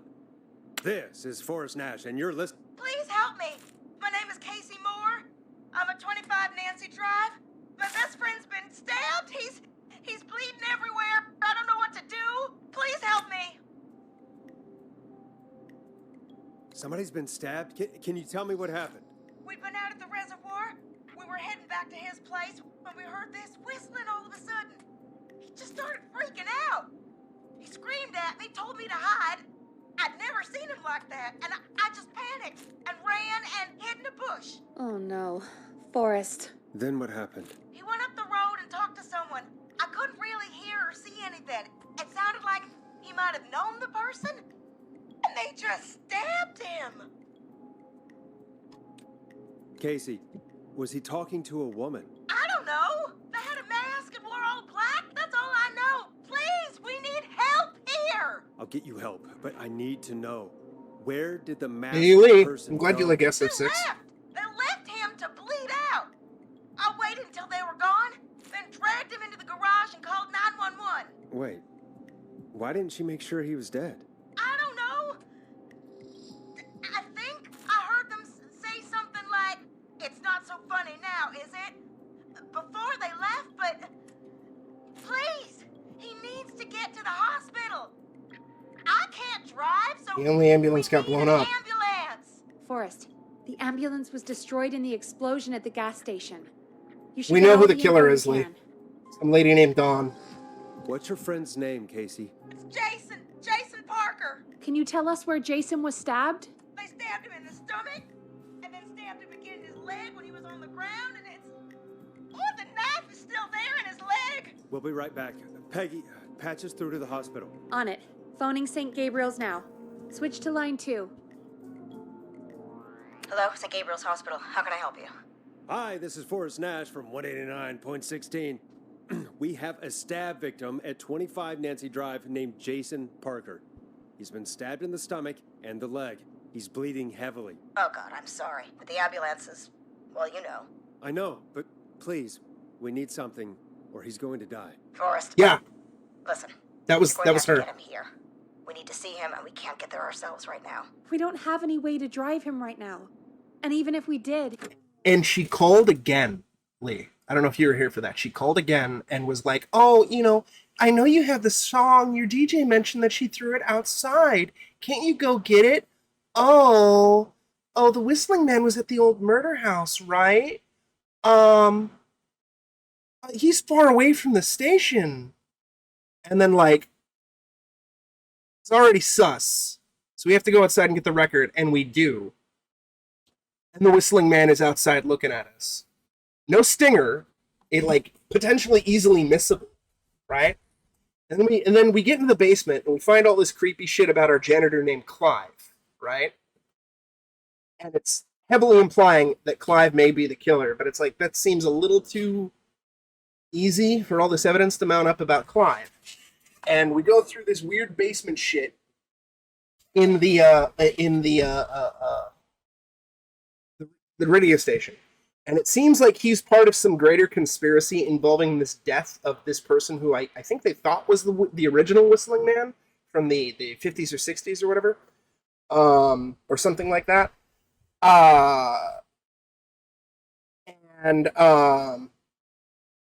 No, the 60s. Okay, so there was somebody who was a Whistling Man in the 50s, I think, and then somebody else died in an accident in the 60s. And we find all this evidence contrary to how he died, right? And as I'm down there, I also like happen to notice this security code shit that I bring up preemptively, right? And you know, I knew this other stuff there, but I also found this. He's bleeding out fast. Which is starring Maisie Cartwright as Dawn, and I was like, that's the first time I've seen Dawn. And then starring George Barrow as Henry. George Barrow's the person who died. I'm like, this is sus. This is sus. And then Dawn calls us up again. It's like, oh no, the Whistling Man is just outside. He's trying to get me. Please, I can't remember my apartment code. Please, is there any way you can help me? Like, find out what my apartment code is? We have the book of codes for the security system because the security system was installed here too, right? The apartment didn't have the security system plugged in. It wasn't set up yet. So they gave her the alarm, and we just saved somebody because this cheeky bitch. All right, listen. We need to buy him time to get here. That means stopping the blood first, and then finding someone to stabilize him. To stabilize him, you really need someone with first aid training. Do either of you have any? No. Me neither. Damn it. I'm really sorry about this, but I have other patients who can't wait. All I can do is talk you through the procedure as quick as I can, and then leave the rest to you. You think you can handle that? We don't really have much choice. Hit me. Okay, from the top. If he's bleeding out, then you need to get him comfortable and try to stem the bleeding. Lay him down. Apply continuous pressure directly to the affected areas. When the bleeding slows, get a clean cloth of some kind and hold it over the wounds. Get them comfortable. Apply pressure. Clean cloths when slowed. Got it, I think. You said he was stabbed, right? If the object he was stabbed with is still in him, don't take it out. It's stopping the worst of the bleeding right now. If anything, you should secure it so it stays where it is. I wouldn't have thought of that. It makes sense, though. I did know about that God, bit. that was a lot of info. But I think we can handle this. Glad you got it so far, because there's more to go. Fucking Ponty. I'm still with you, Doc. Oh, yeah. And Ponty keeps calling up the fucking station, Lee. To advertise his fucking pizza place. He keeps fucking doing fake accents. To trick us into letting him on the air. What else do we need to know? If he's lost a lot of blood, he may enter shock. If he does, act fast. If you applied a cloth and it's bleeding through, don't remove it. Just apply another on top of it. If it's safe, elevate his legs to get blood circulating to his vital organs. Try to keep him warm. Get him to rest and reassure him. We need the patient to stay calm. All right, don't replace bandages, elevate his legs, keep him warm and calm. This is a lot. I'm really sorry. That's as much as I can give you right now. Try to stop the bleeding. Find someone to get him stabilized and get him here as quick as you can. Good luck. All right, Forrest. Casey's still on line 1. Hello? Hello? Forrest, are you there? I'm here. How is Jason doing? Badly. He's still bleeding. I need help. I've been putting pressure on his stomach wound since you left, but he's still bleeding. I don't know what to do. That's good, Casey. The nurse said to do that. What about the knife in his leg? It's gotta be hell. Should I pull it out? No, don't touch the knife. The bleeding will get worse if you pull it out. Are you sure? I'm sorry. I'm gonna stop making suggestions. Even the first. No, don't worry, Casey. We're a team here. We're all going to get Jason through this. Casey, is his leg wound bleeding right now? I hate looking at that knife. Yeah, it's bleeding. His stomach is worse, though.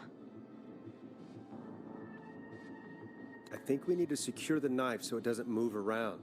Do you have anything you can tie around it? Yeah.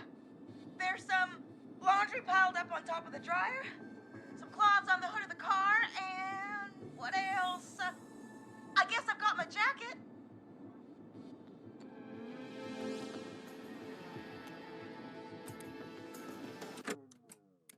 Nice cock, for real, for real? You're the nice cock. Sorry about this, Casey. I think it's best we use your jacket. It's probably less likely to bleed through. It's just a jacket. Give me a second. Hope I'm doing the right thing. Here we go. I'm sorry, Jason. It's secure. I'm putting pressure on his stomach again. I'm starting to think we might make it. Forrest, can I have a word? Casey, I'm gonna have a quick word with Peggy. Keep putting that pressure on and let us know when the bleeding is under control. You're doing great. But what if something happens? We'll still be here. Just shout if you need anything, and we'll be there. I promise. Okay. I'll wait. Jason, please be okay. What's up, Peggy? We can't stay on the line with her all night. Dawn is still out there. What if other people need us? You're right. She's probably on her way to her next target right now. Exactly. And you heard the nurse. We need someone there with training who can stabilize him. He's got to get to the hospital somehow. Could somebody nearby help them? Maybe drive them to the hospital? You know, that's exactly what I was wondering. Do you have anybody in mind? I might. A little before you started working here, KFAM did a mandatory first aid training course. Me and Karen missed it because we were away on a producer getaway. You skipped it, didn't you? Never mind. So, how does KFAM's first aid course help us? Casey said they're at 25 Nancy Drive, right? Yeah? Why? They put up a bunch of cheap houses around there about 10 years ago. So a bunch of people here at the station live around there. Do you think any of them could help Casey and Jason? Probably, but I don't know who lives there. And since I missed the training day, I don't know who knows first aid. Could you call them and ask? I don't know everybody's numbers. I've only ever called Karen. Everybody's personnel info is probably in Reggie's office. Got it. I'll look through their files in Reggie's office. It's a life or death situation. I'm sure they won't mind. Right. But there are a couple of problems with that. Go on. It's sensitive information, so Reggie probably locked it in his safe. Great. Great. Do you have any idea what the combo for the safe could be? Not a clue. Reggie's a serial note taker, though. Maybe something in his office will give it away. Right. There is something else. I'm not gonna like this, am I? Have you ever heard, the future is floppy? Peggy, what the hell are you talking about? I'm talking about floppy disks. Floppy disks are like these futuristic things that have information on them. You put them in a computer and they do something. Peggy, I know what a floppy disk is. Anyway, Reggie decided that the future is floppy and started phasing out our physical records and replacing them with these floppy disks.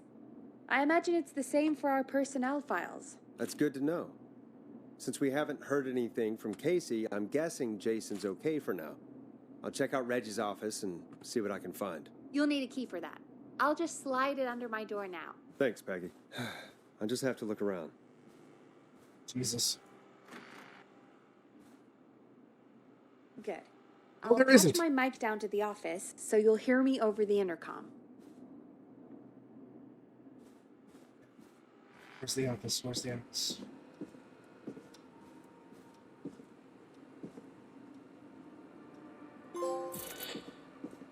That's not opening. Head down, so maybe it's on the first floor.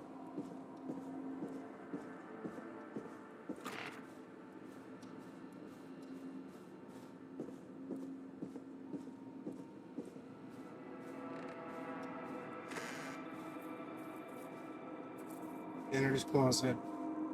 Office. Looks like I need a 4-digit code. Very important date.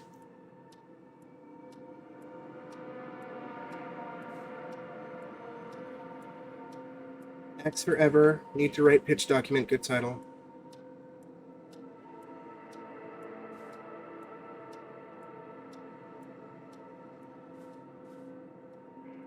The map. State of the injured. Reggie has completed the course and treat first aid. Check the other offices. Figure out.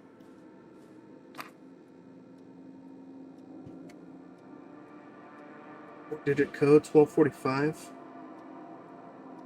Maybe.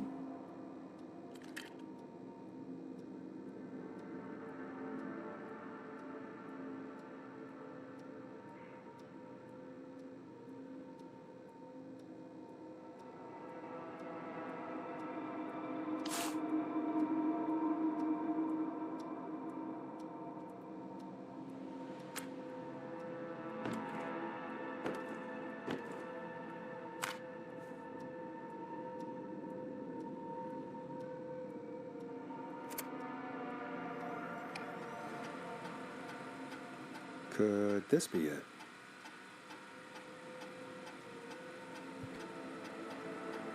$11:07.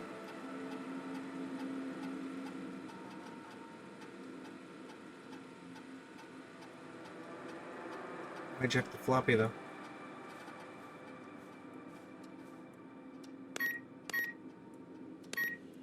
Nice! Personnel file. Finger Peggy.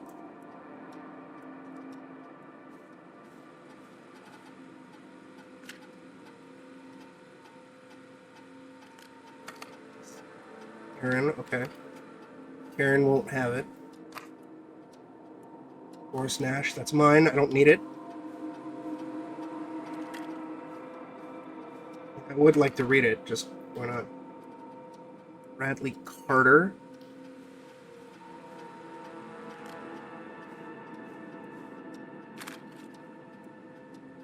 John Hedges.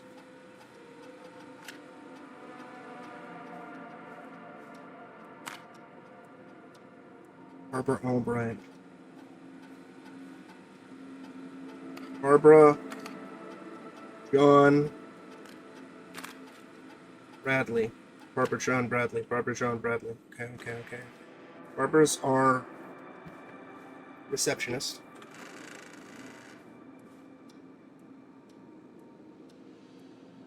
She have a certified first aid thing around here somewhere.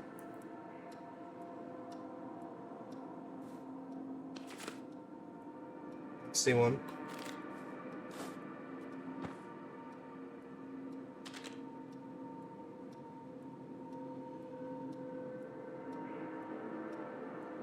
Be that jerk Brad. Okay. I don't see a first aid training certificate around her desk. Brad and John, Brad and John, Brad and John, Brad and John. Brad and John. Brad and John. Brad, Braddy, Brad, John, Brad.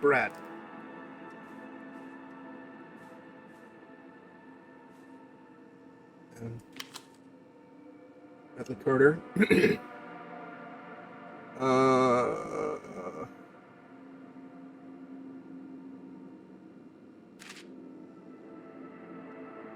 Nothing over there. It's Brad's desk. Presumably, I don't see a first aid certificate there.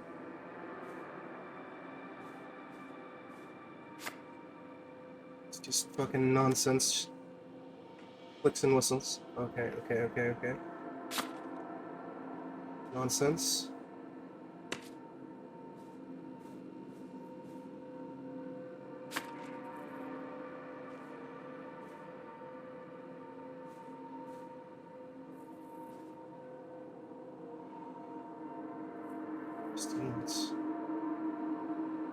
See anything here either? Fuck. Hey, fuck you. Did nobody attend the first aid? Maybe it's in their personnel file.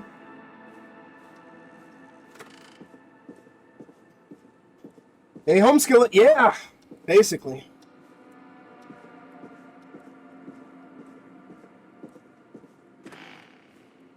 Brad or John? Maybe Barb.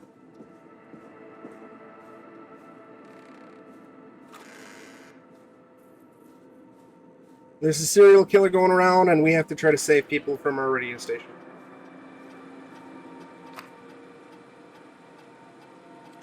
I eject.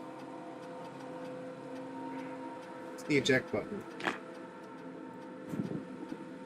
That's boss.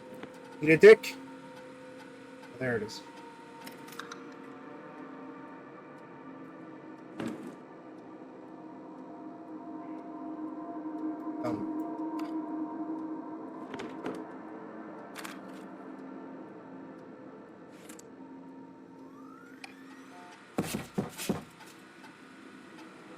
What was that noise? Food critic Brad. Hi Brad, station food critic. We take out Brad and Barbara be a lot of time together.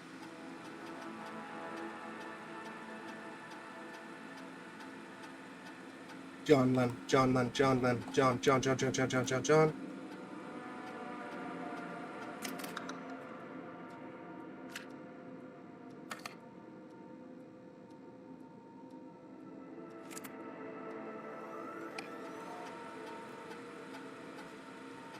John refused to engage with the first aid trainer course. I know he was a war medic. He was a war medic!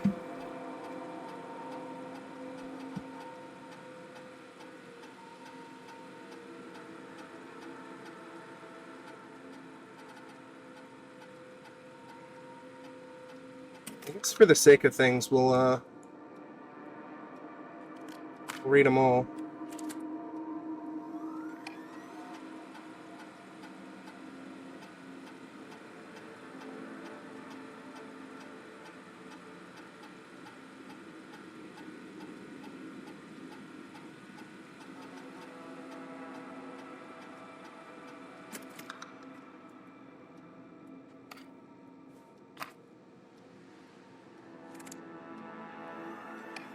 Get a load of this, Peggy. Apparently, I'm a lone wolf type.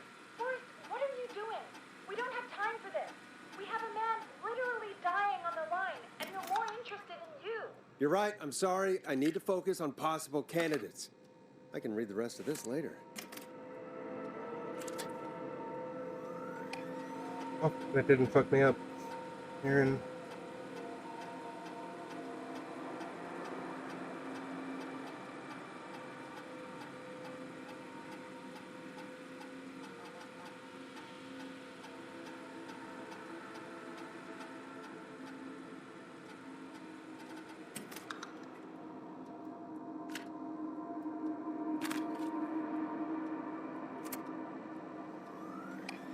Hey, Peggy. I think Reggie's on to you and Karen. Maybe don't bring those little drink umbrellas into work for a while. What? Why are you reading my file? You need to find someone who can help Casey. We already know I can't. Don't waste time. You're right. I'm sorry. I need to focus on possible candidates. I really shouldn't have read both. We're in a hurry. I hope that doesn't fuck me. Hey, Peggy, you there? Yeah, I'm here. Did you find what we need?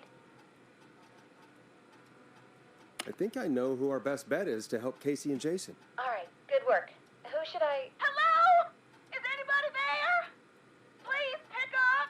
Casey, I'm here. What's wrong? Jason started going pale. I tried to get him to rest, but he just threw up everywhere. What's happening? What do I do? God, it sounds like he's going into shock. Casey, just stay calm. It's going to be okay. But the bleeding seemed to slow down. Did I mess up? Jason, I'm sorry. Casey, calm down. You've done everything right. I need you to listen to me, okay? For Jason. What did the nurse say to do about shock? Casey, I need you to elevate Jason's legs. We need to get the blood flowing to his vital organs. Got it. Jason, stay with me. I'm just gonna move you. This might hurt. Okay. I propped his legs up on some boxes. I'm looking at my notes. We need to get Jason as warm and comfortable as possible. Do you have anything you could use nearby, Casey? Yeah. I still have some laundry next to me. I'll wrap him in some blankets. Just give me a second. Sorry. Jason's bleeding through his bandages. Should I get him new ones? Or... Oh, God. Don't remove the bandage. Apply another one on top of it. Do you still have something you can use? I'm using the laundry to keep him warm. So... I'll use the cleaning rags on the car. They don't look dirty. I'll fix his bandage and get him warm. Hold on, please. Oh. Sorry. I'm done. You're gonna be okay, Jason. Just relax now, okay? Lauren, I'm scared. He's not doing well. Is he gonna... Casey, I need you to be strong for Jason. Jason! Sit with him and reassure him that everything's gonna be okay. Okay? Okay. Please. I can't give him what he needs. Please, help. I can't lose him. All right, Forrest, we need to hurry. Jason doesn't sound like he's doing too well. You said you knew who to call earlier? Who was it? We need to call John Hedges. He lives on Nancy Drive. He didn't really participate in the first aid training, but he's a former war medic. He's probably the most trained person we have. Really? I never really spoke to him before. A war medic, huh? Yeah, and according to Reggie's notes, John keeps all of his old equipment at his house. He's something of a hoarder. All right. What's his number? 5420735. Calling now. Let's hope he picks... Who the hell is this calling me at... What time is it? John, it's Forrest Nash here at KFAM. We have an emergency and we need your help. Forrest? If this is a work emergency, then it can wait until the goddamn morning. Just leave me a note like everybody else. A man has been stabbed by the Whistling Man, or... Never mind. He's lost a lot of blood, and he's passed out. We need you to help him. The Whistling Man? What kind of joke is this? John, we're not kidding. A man is gonna die if we don't help him right now. Seriously? I haven't been called on for over 10 years. Where's the patient? What's his condition? He's at 25 Nancy Drive. I think we got his friend to stem the bleeding, but he's gone into shock. He's passed out right now. You say he was stabbed? Do you know the extent of his injuries? From what we were told, he has 2 major stab wounds. One to the stomach and one to the leg. The knife is still in his leg, and the stomach wound is open. Understood. Let me grab a few supplies and I'll head right over. Damned if he dies on my watch. Thank you, John. We'll let him know you're on your way. Good luck. Hello, Casey. Are you there? How are we doing? Bad. Jason seemed really weak and then just started thrashing. What about now? Is he still thrashing? He's passed out. Please tell me you found someone to help. Casey, help is on the way. My colleague will be there soon. You hear that, Jason? Someone is coming. You're gonna be just fine. Just hold on for me, okay? Just hold on. Come on. Hello, Casey. This is John Hedges. I'm here about Jason. Please let me in. I'm guessing that's Jason there. Maxie, I'm gonna need your help. Forrest, Peggy, don't you two worry. We've got this from here. Okay. Forrest, we'll call you back later. I have to go now. Good luck, everyone. Woo! God, I hope Fingers he's gonna be crossed. all right. And with that, the show moves on. We're sending our best wishes to Jason. Well, after all that excitement, I think we could use some music. Come back upstairs when you're ready. You Nancy girl, huh?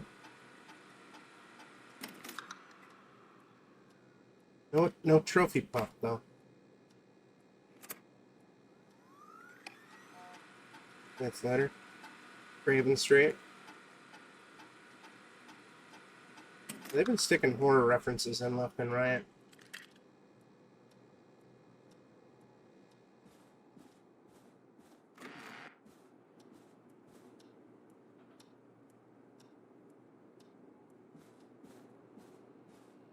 Locked tight. Don't like. Come on, Forrest. Put some music on. Don't like that. Whatever that liquid is underneath the station.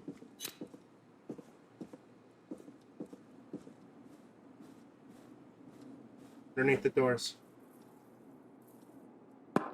So, best offense is a good defense, right? What song should I play? Yeah. I'm making sure that we don't die.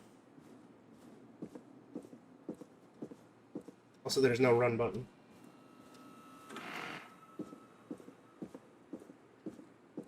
Very cautious right now. Okay, we're gonna make a second save just in case Jason Hey, does play die. something. Yeah, shut up. Hope you enjoy this one as much as I do. It's getting pretty late. This might be your last break for the night, so try to enjoy it. Give me a buzz when you want to go back on air.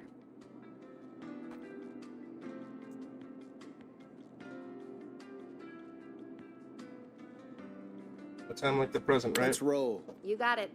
We've got another call coming through, too. We have water though. When but you're it's ready, fine. shut the music off.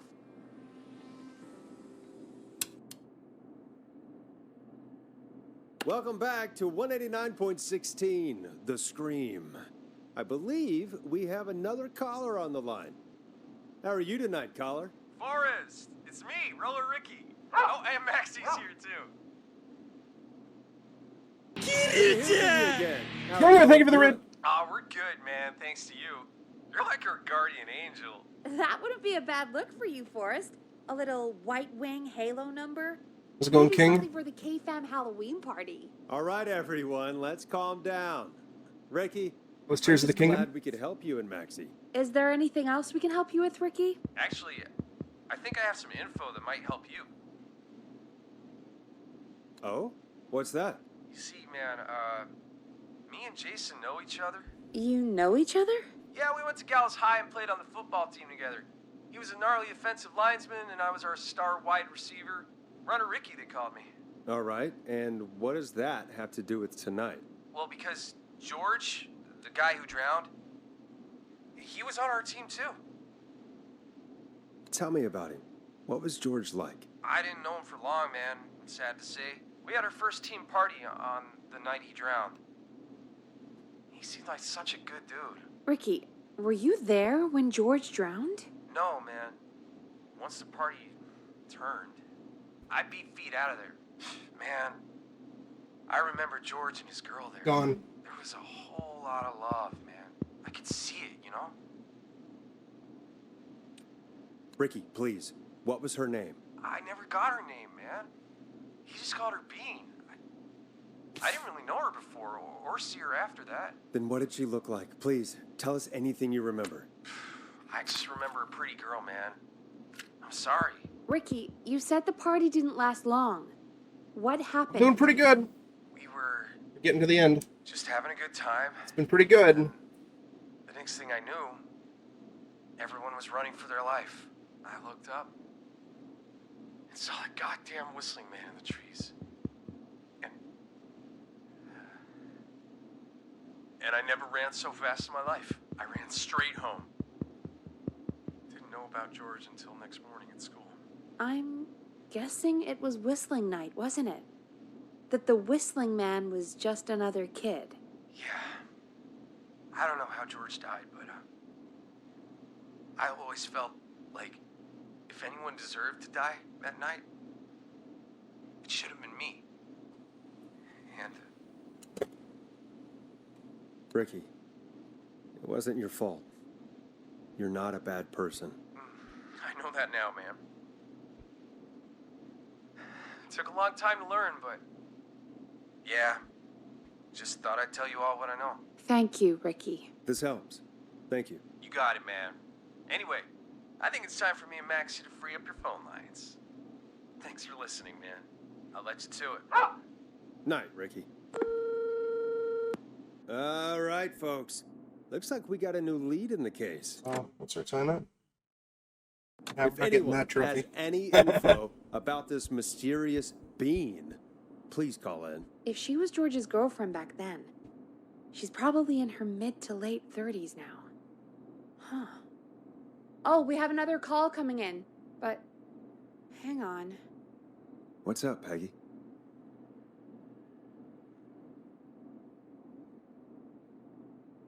Peggy?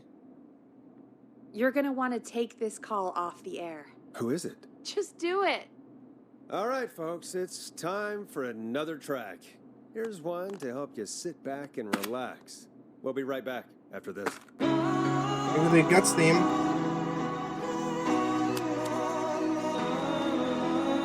Let Storm Riders take you on a rock and roll ride with the Glam Jam. I hope this is good news, Peggy. Who have we got? Find out for yourself on line 1. Hello? Forrest, I'm glad I got back through to you. Sounds like it's been a busy night, huh? Surprise! It's Leslie. Also, hold on. Controller's gonna die soon-ish. 83% of the way done with the game. The end.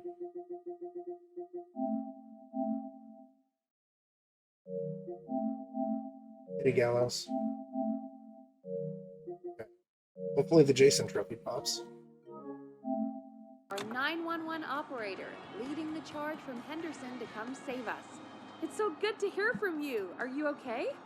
We're doing okay. Sarah and I are both happy to be headed back home. We're happy to have you too. Wait, Sarah? Oh, yeah, I mean Deputy Martinez. Anyway, we got back into radio range a little while ago.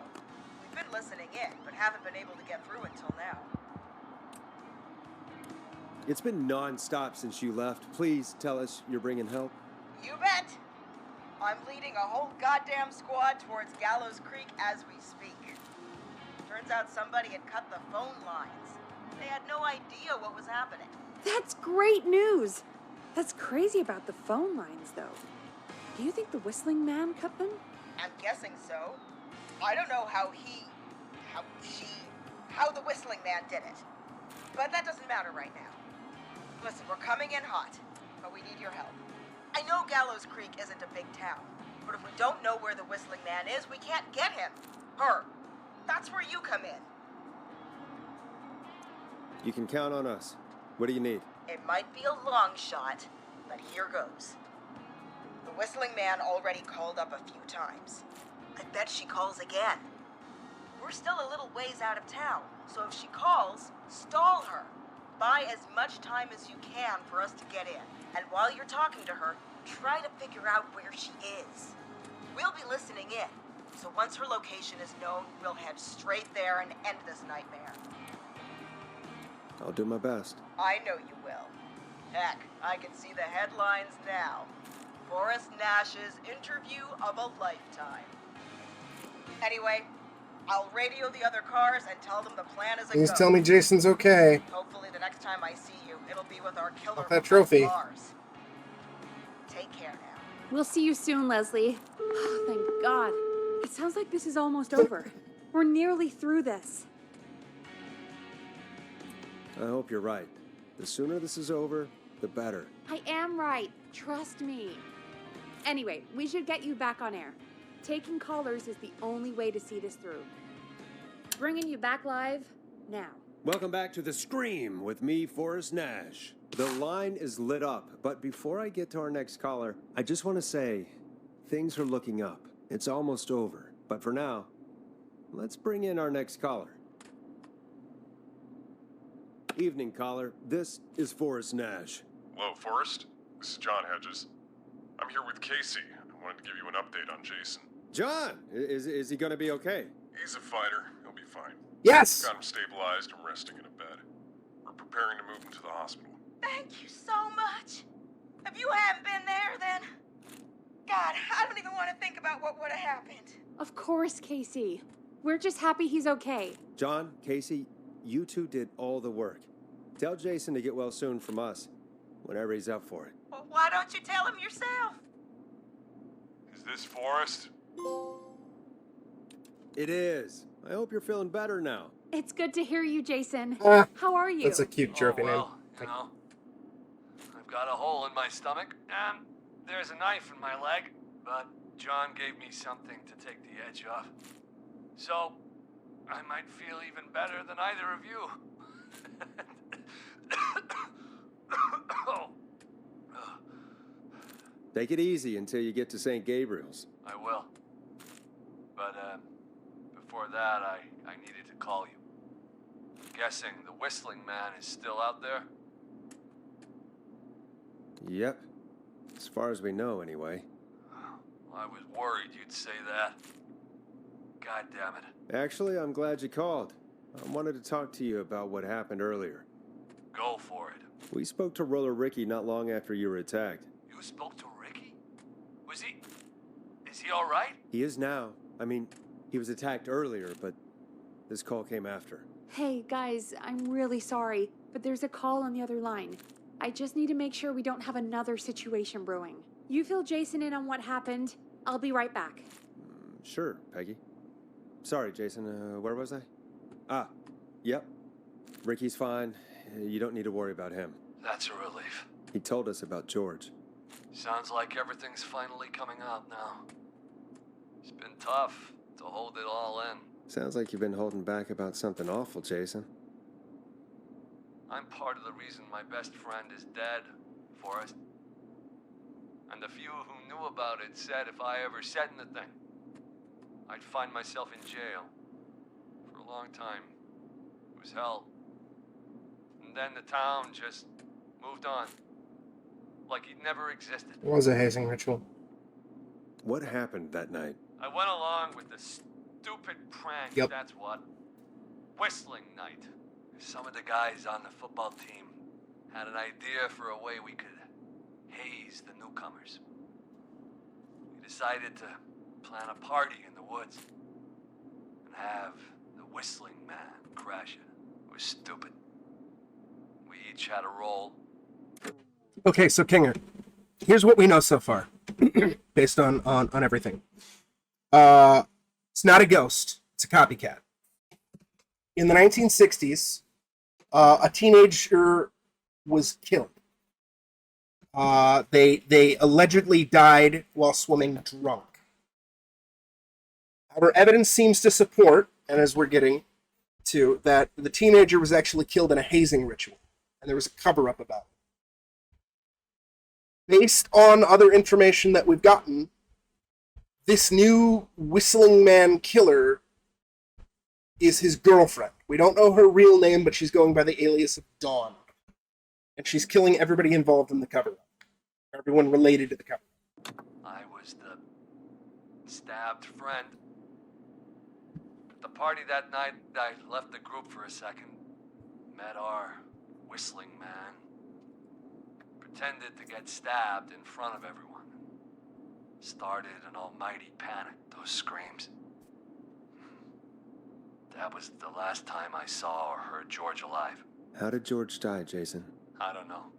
Not Jason's killer, the dead guy's victim. Dead guy, George. But when I heard her scream... Ricky mentioned a girl named Bean. Yeah, Maisie Cartwright, that's her name. Oh yeah. I Guess George did call her that. We do have a name, actually. He called her Bean. I heard her again tonight, Forrest. Her name was... What? What happened? Are we still on air? Shit. No, we're not. Seems like the power is completely gone. How do we get it back on? Oh, no. We can use the emergency generator down in the basement. Reggie picked it up a while ago in case we ever needed to do an emergency broadcast. An emergency broadcast? Emergency? You know, nuclear war, alien attack, broadcasting a serial killer's location to the cops so we can... Oh my god, boys, it's the nun. Think of the nun. In the storage area, in the far back corner, up on the wall. You might have spotted it earlier when you were digging around for all those tapes. It'll have a big red button. Yeah, I think I saw it. Press that. I'll see you when you're back. Also curious as to who the fuck was on the other end of that call that Piggy was taking.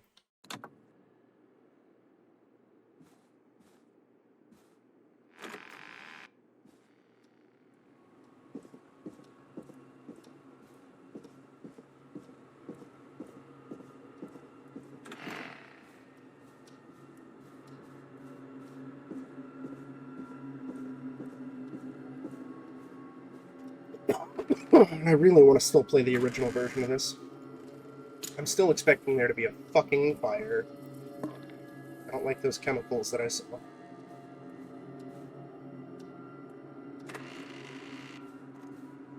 We heard that noise earlier.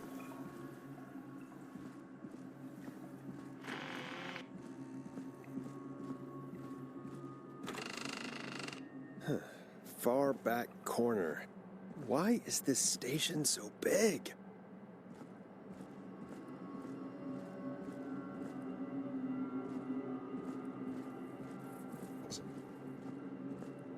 Yeah, there we go.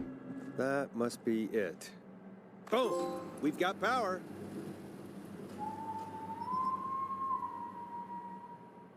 The whistling man. I need to warn Peggy.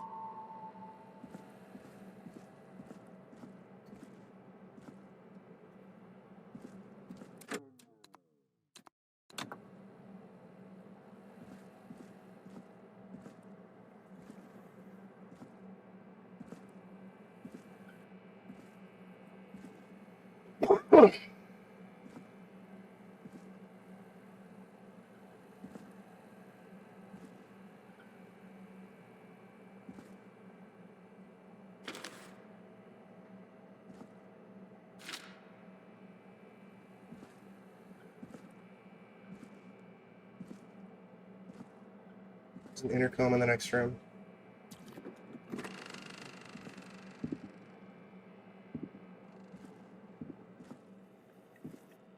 Peggy, are you there? Are you... Peggy! I need to get back upstairs. Okay.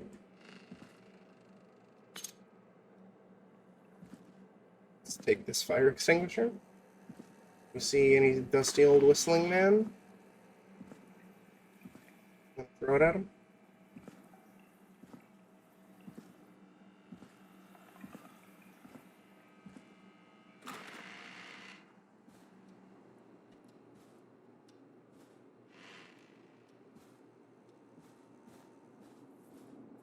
Be fine. What the hell?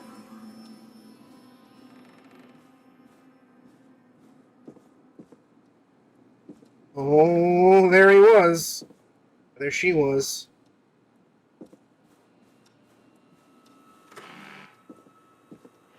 There's a way to lock these doors.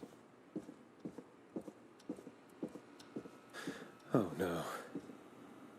Peggy's office. Peggy, where'd you go? Shit. No way. This can't be happening.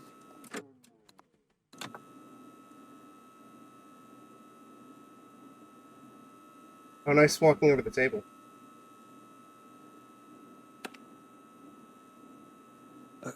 A call. Where's Peggy, Dawn? Have some patience, Forrest. It's almost the end of the night.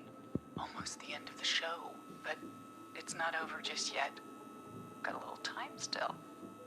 so let's make the most of it.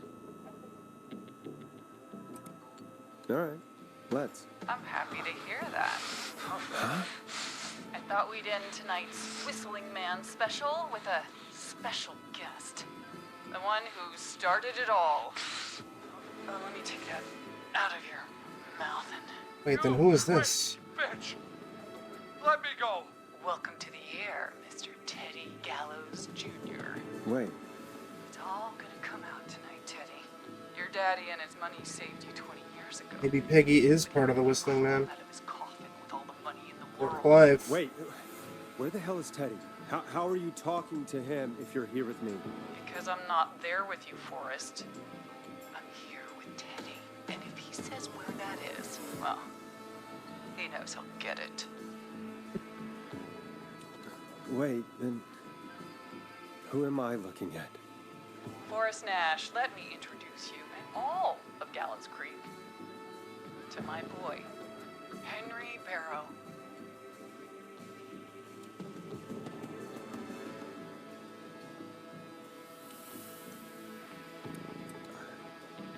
I'm sorry. Henry Barrow. This is a lot to take in. You've got That's no George. idea. Or somebody posing as George. Of course. That explains how you were always able to get around town so quickly. And that's how you escaped the secret archives in the newspaper office. Yeah. I don't think I've forgotten about that, Forrest. Locking my sweet boy away like an animal. And Murphy, he was right, wasn't he? He did fight a man. He did. I taught my boy to never run away from a fight. Hang on. Did you say Barrow? Then are you Let me George's just get son. his mask off. Yeah, no, this is his son. This is George's son. Thing. No wonder Mooney went crazy wearing this. There we go. Marie Campbell? George's old girl. Oh. Well, it sure has been years since No, it wasn't I Mason, then it was last Marie Campbell. saw- It was the one at the bottom. God damn it. I'd be quiet if I were you, Teddy. But I'd listen to Forrest. Everyone's gonna know now what Teddy did. He killed George that night. This night. She was also on the playbill. She was playing another character, if I recall. I'd have to double check the playbill, but Talk when I talk to you, and not a moment before. it's just somebody else from the town's history. I'm gonna give you the chance to talk. You're gonna help me reveal what really happened to George all those years ago. Okay, Marie. I'll do it. Good. Then let's talk about the night George was murdered. murdered? Listen,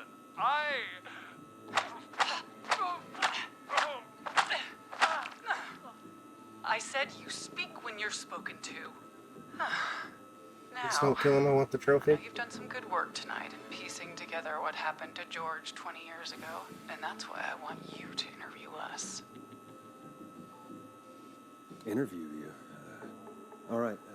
I can do that. Thank you. I want you to help me and Teddy tell the story, Forrest. Do a good job. And hell, you might be the only one to leave here alive.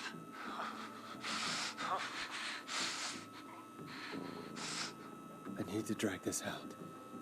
If I can buy Leslie time to get back to Gallows Creek, and if I can find out where Marie is, then this can end.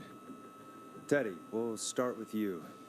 Just, talk me through what happened that night. How did it start? how would I know? It was 20 years ago. Teddy, be honest with me or we're both going to die. Honest?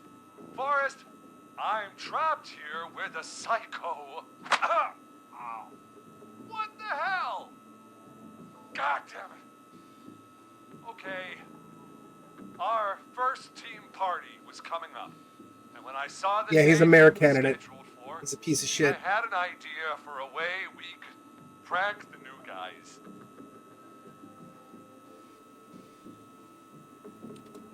What made that night special? That was the night Mooney went missing.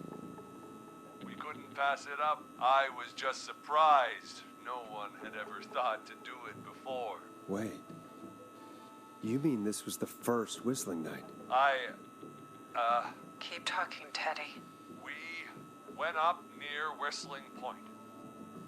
God, who was there? Me, Jason, and George, of course. But George didn't come alone. He brought Marie. And Roller Ricky, he was there too, wasn't he? Yes, Ricky was there too. Runner Ricky, our wide receiver. I helped him off the bottle, you know? Because I'm a decent man. Sure, Teddy. Is that so? Yes, it is. He came apart one day. Some people do. He had some issues. Wasn't stable. I didn't want him to hurt his chances in life. So, I helped him keep himself together. You were afraid he would talk about that night, weren't you? Marie and Peg are sisters. Talking. About midway through the night, we put the prank into action. We looked up at the trees and saw Jason there, bloody, like he'd just been stabbed. And the whistling man, screaming. George and I and Ricky, we got left behind. But Ricky was in on it too. I know he was. He and Teddy were as close as anybody. Teddy must have told him the plan.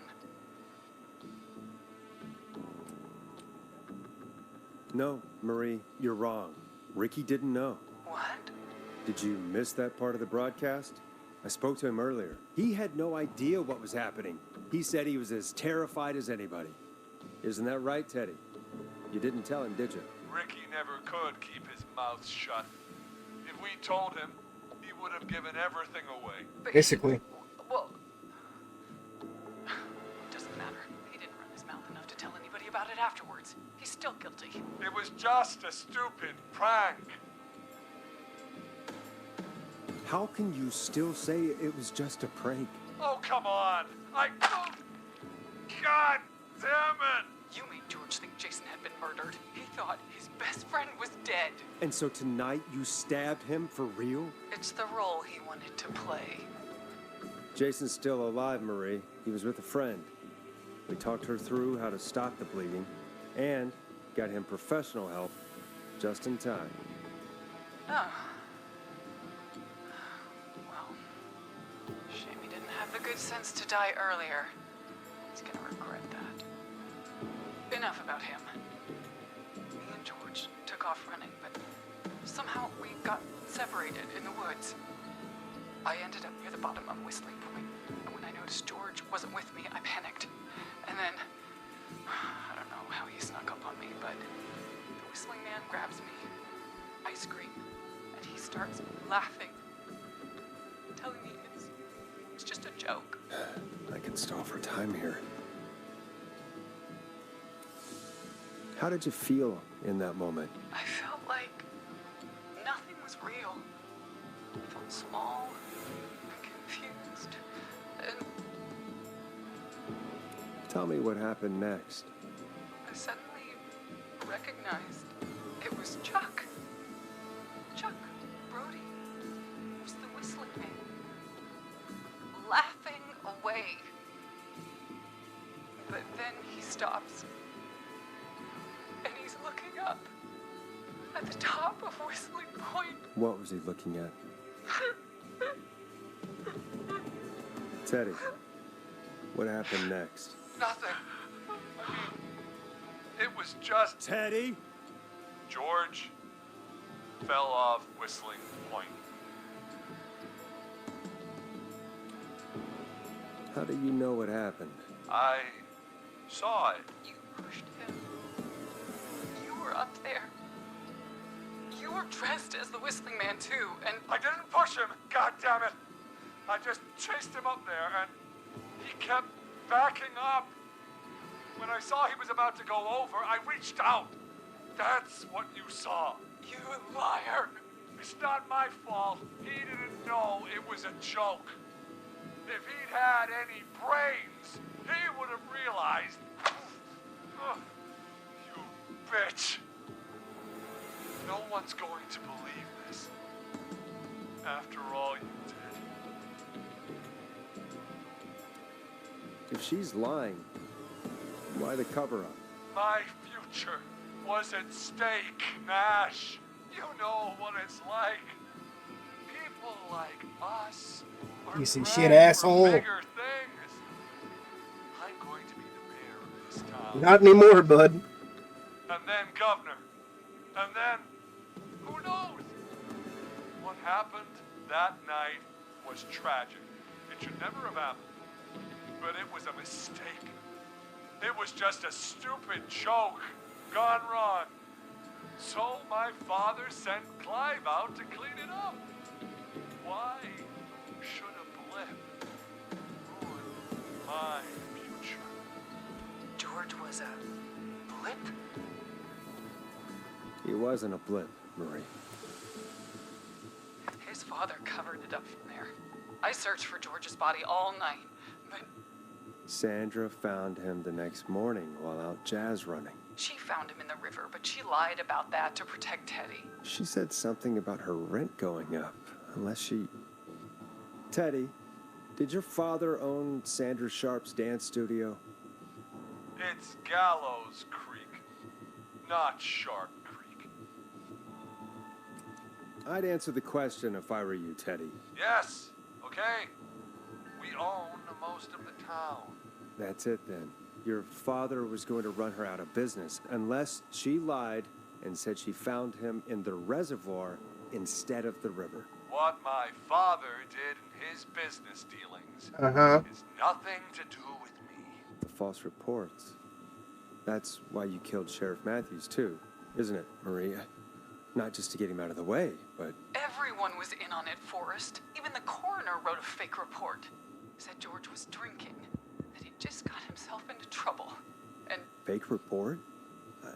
I only heard the tapes. you'd be disgusted by it. For all it's worth, Virginia didn't have much of a choice. She had a sick sister whose treatment she couldn't afford. She played along with the gallows to save her sister's life. And her own. Even still, she should have told the truth. I did my part. I tried everything I could think of. I even went to the newspaper, but no. That coward killed the story. We'll take care of Maurice Russell later. When will the killing end, Marie? End? When does it end? You can't kill the world. This has to stop sometime. It has to. It never should have started. He shouldn't have pushed my George on the cliff. He should have been punished. It's coming to a stop. At least for now. Here, where George and I first met. At some point. No, they're at the high school. Was right after he shot the winning throw. Wait a sec.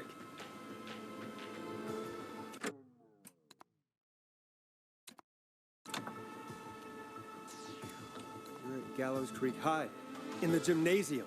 That's right, Forrest. Not that it matters, but yes, we're here. Anyway, I think that about wraps up the interview with Teddy. So, Marie? Where? Oh my god. Peggy! Teddy? You gotta help me. Quiet. You'll talk more later. Now I have to talk to someone who mattered more than you ever did. Peggy.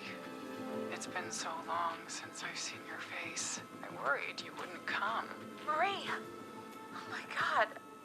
I thought you... And here I was, thinking you'd forgot me.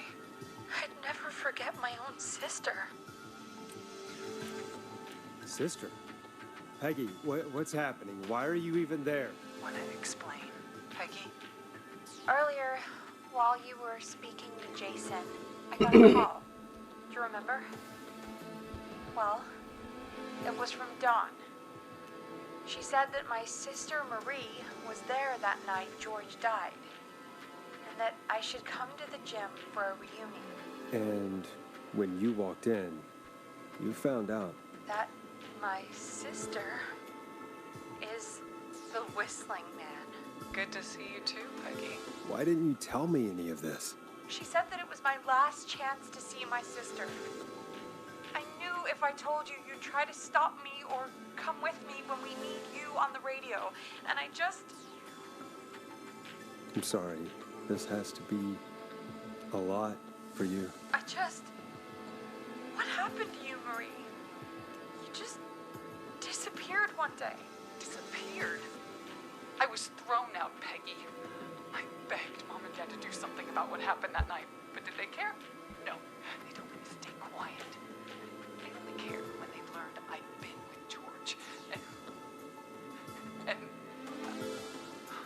Marie, I'm so sorry. I never knew. it's not your fault. Really, it's Mom and Dad I should be seeing right now.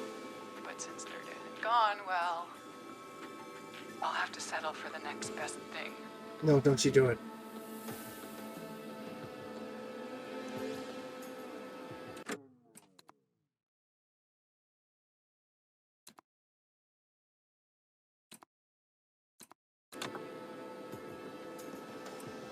You mean Peggy, don't you, Marie? Someone has to pay for what they did. Marie, please. Mom and Dad are gone, Peggy. Besides, you forgot me. Just like the rest. You forgot. Marie, Peggy never forgot about you. Keep your mouth shut. She kept a card from you. She kept it here on her desk. What card? The card you made me for my 8th birthday. What does it say then? Happy birthday, Peg. Now you're great and 8. Love, M. Innocent police! Freeze! No! Henry! Get out of there! Peggy! We have 2 wounded, and we're in pursuit of the suspect. Hey, this is the police. Freeze! Forrest! Leslie, how's Peggy? She's been cut pretty bad, but we're here now. I'll be okay. God, Marie! Hey, Zara! I need you to look after Peggy. She needs help. Now, we got here just in the nick of time. Jeez. Where's Marie? She bolted right as we got here. The police are right on her heels. It won't be long now. It's over, Forrest. Is it? Well, folks, it was a long night, but we made it through together. I'm gonna head off to go check on Peggy. This has been Forrest Nash. And it's been a scream. Gotta make the pun. DJ Nighttime Dan, and I play music for money. Oh, hello.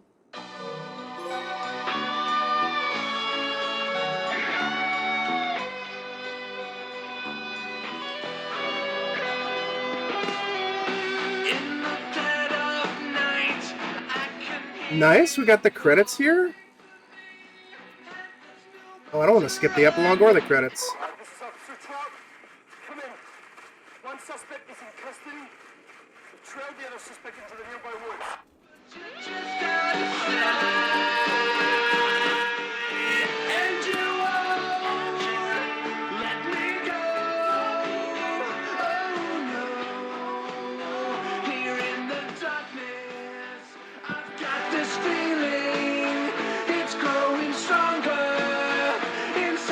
I want to watch the credits, but It's a killer frequency. I want to see if there's anything in here.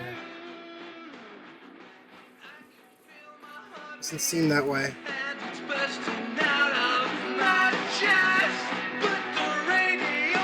Good old Ponte's Pizza.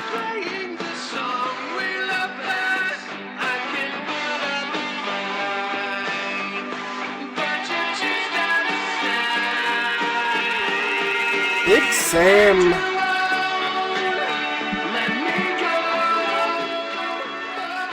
I would assume so.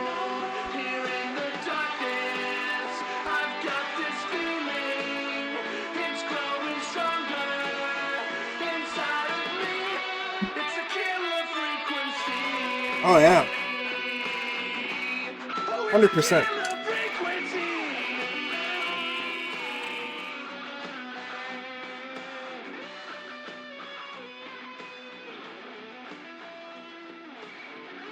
Hot Dave!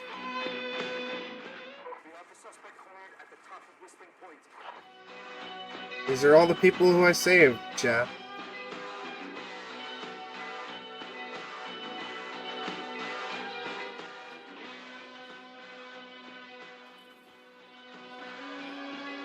Oh, that's me. I got a beard.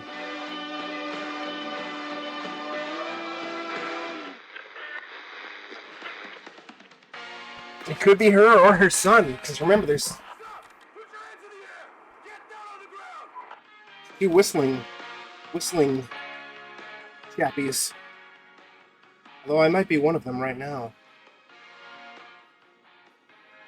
We are. I'm pretty sure Clive died.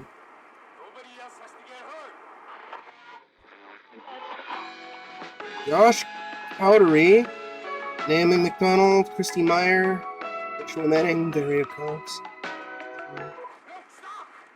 I don't recognize any of those characters. Oh, and some of the devs voice some of the characters too. That's neat. Officer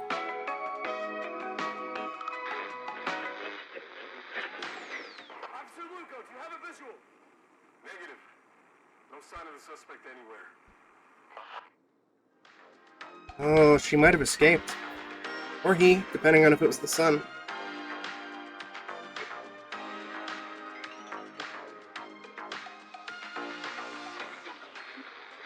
That smoke scared me.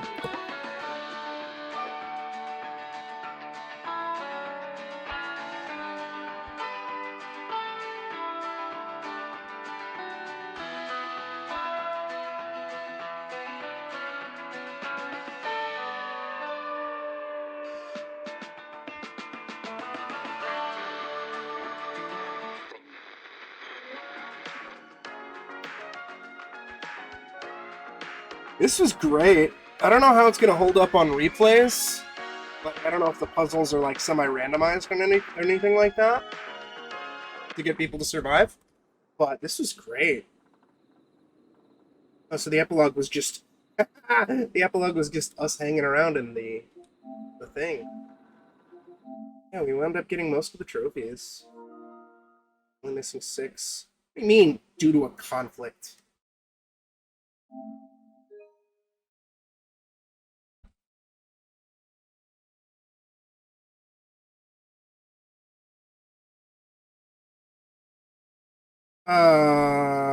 Select save data. Yeah, like, why would I want to conflict? That's fucking dumb. Fucking silly shit. Yeah, obvious. Yeah. But this was very clever, and it was very fun. Like, again, I don't know how this is gonna hold up on replay, although I would like to platinum it. I think the key they gave me access to the PS4 version as well. Nobody survives Whistling Night is one. Play all records during the course of the night. Don't respond when prompted for 30 seconds. Play all radio ads during the course. Finish the game in under 4 hours with all callers surviving. That one's going to be a little tough. We were like a half an hour over. But yeah, no, this is super cool. This is fucking great. I really like this. And I want to go through the original version of the game at some point. Probably not immediately. I'll probably give it a week or so because I got so much other shit. Because this game is actually a remake of an indie game. Another indie game actually developed by one of the devs at Team 17 for like a game jam. For anybody interested, because it's free. Yeah, Game Jolt. And I'm assuming that the original game was also called Killer Frequency. And I'm assuming that Team 17 like bought the rights because it was, a solid enough premise, and then like fleshed it out into a full-fledged game. But yeah, this is really, really fucking cool. So that's gonna do it for me for right now. I'm gonna end stream right out. I should be back tomorrow doing something. I don't think I decided yet. Probably Homebody at some point. And I believe I had plans for Monday already? Yeah.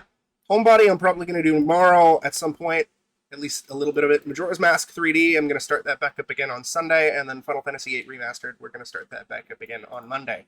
Finally coming back. Anyways, Jeff Yard is doing cassette beats, so I'm gonna send y'all on over to Mr. Hefe Yardu. So give all your love to him. Thank you so much for the raid, Kinger and Leas and a wild fan. Thank you so much for the follow, Exile DT Hunter. And I'm sorry if I mispronounced this. Kalia0202. Thank you so much. Again, we'll be back tomorrow with some more. Oh, and Ash, you want rated. Oh, yeah, and Greedy rated. Thank you both, too. You all take care of yourself. Stay safe. Be excellent to each other. I'll see y'all on the next stream. Ta-ta. Bye-bye.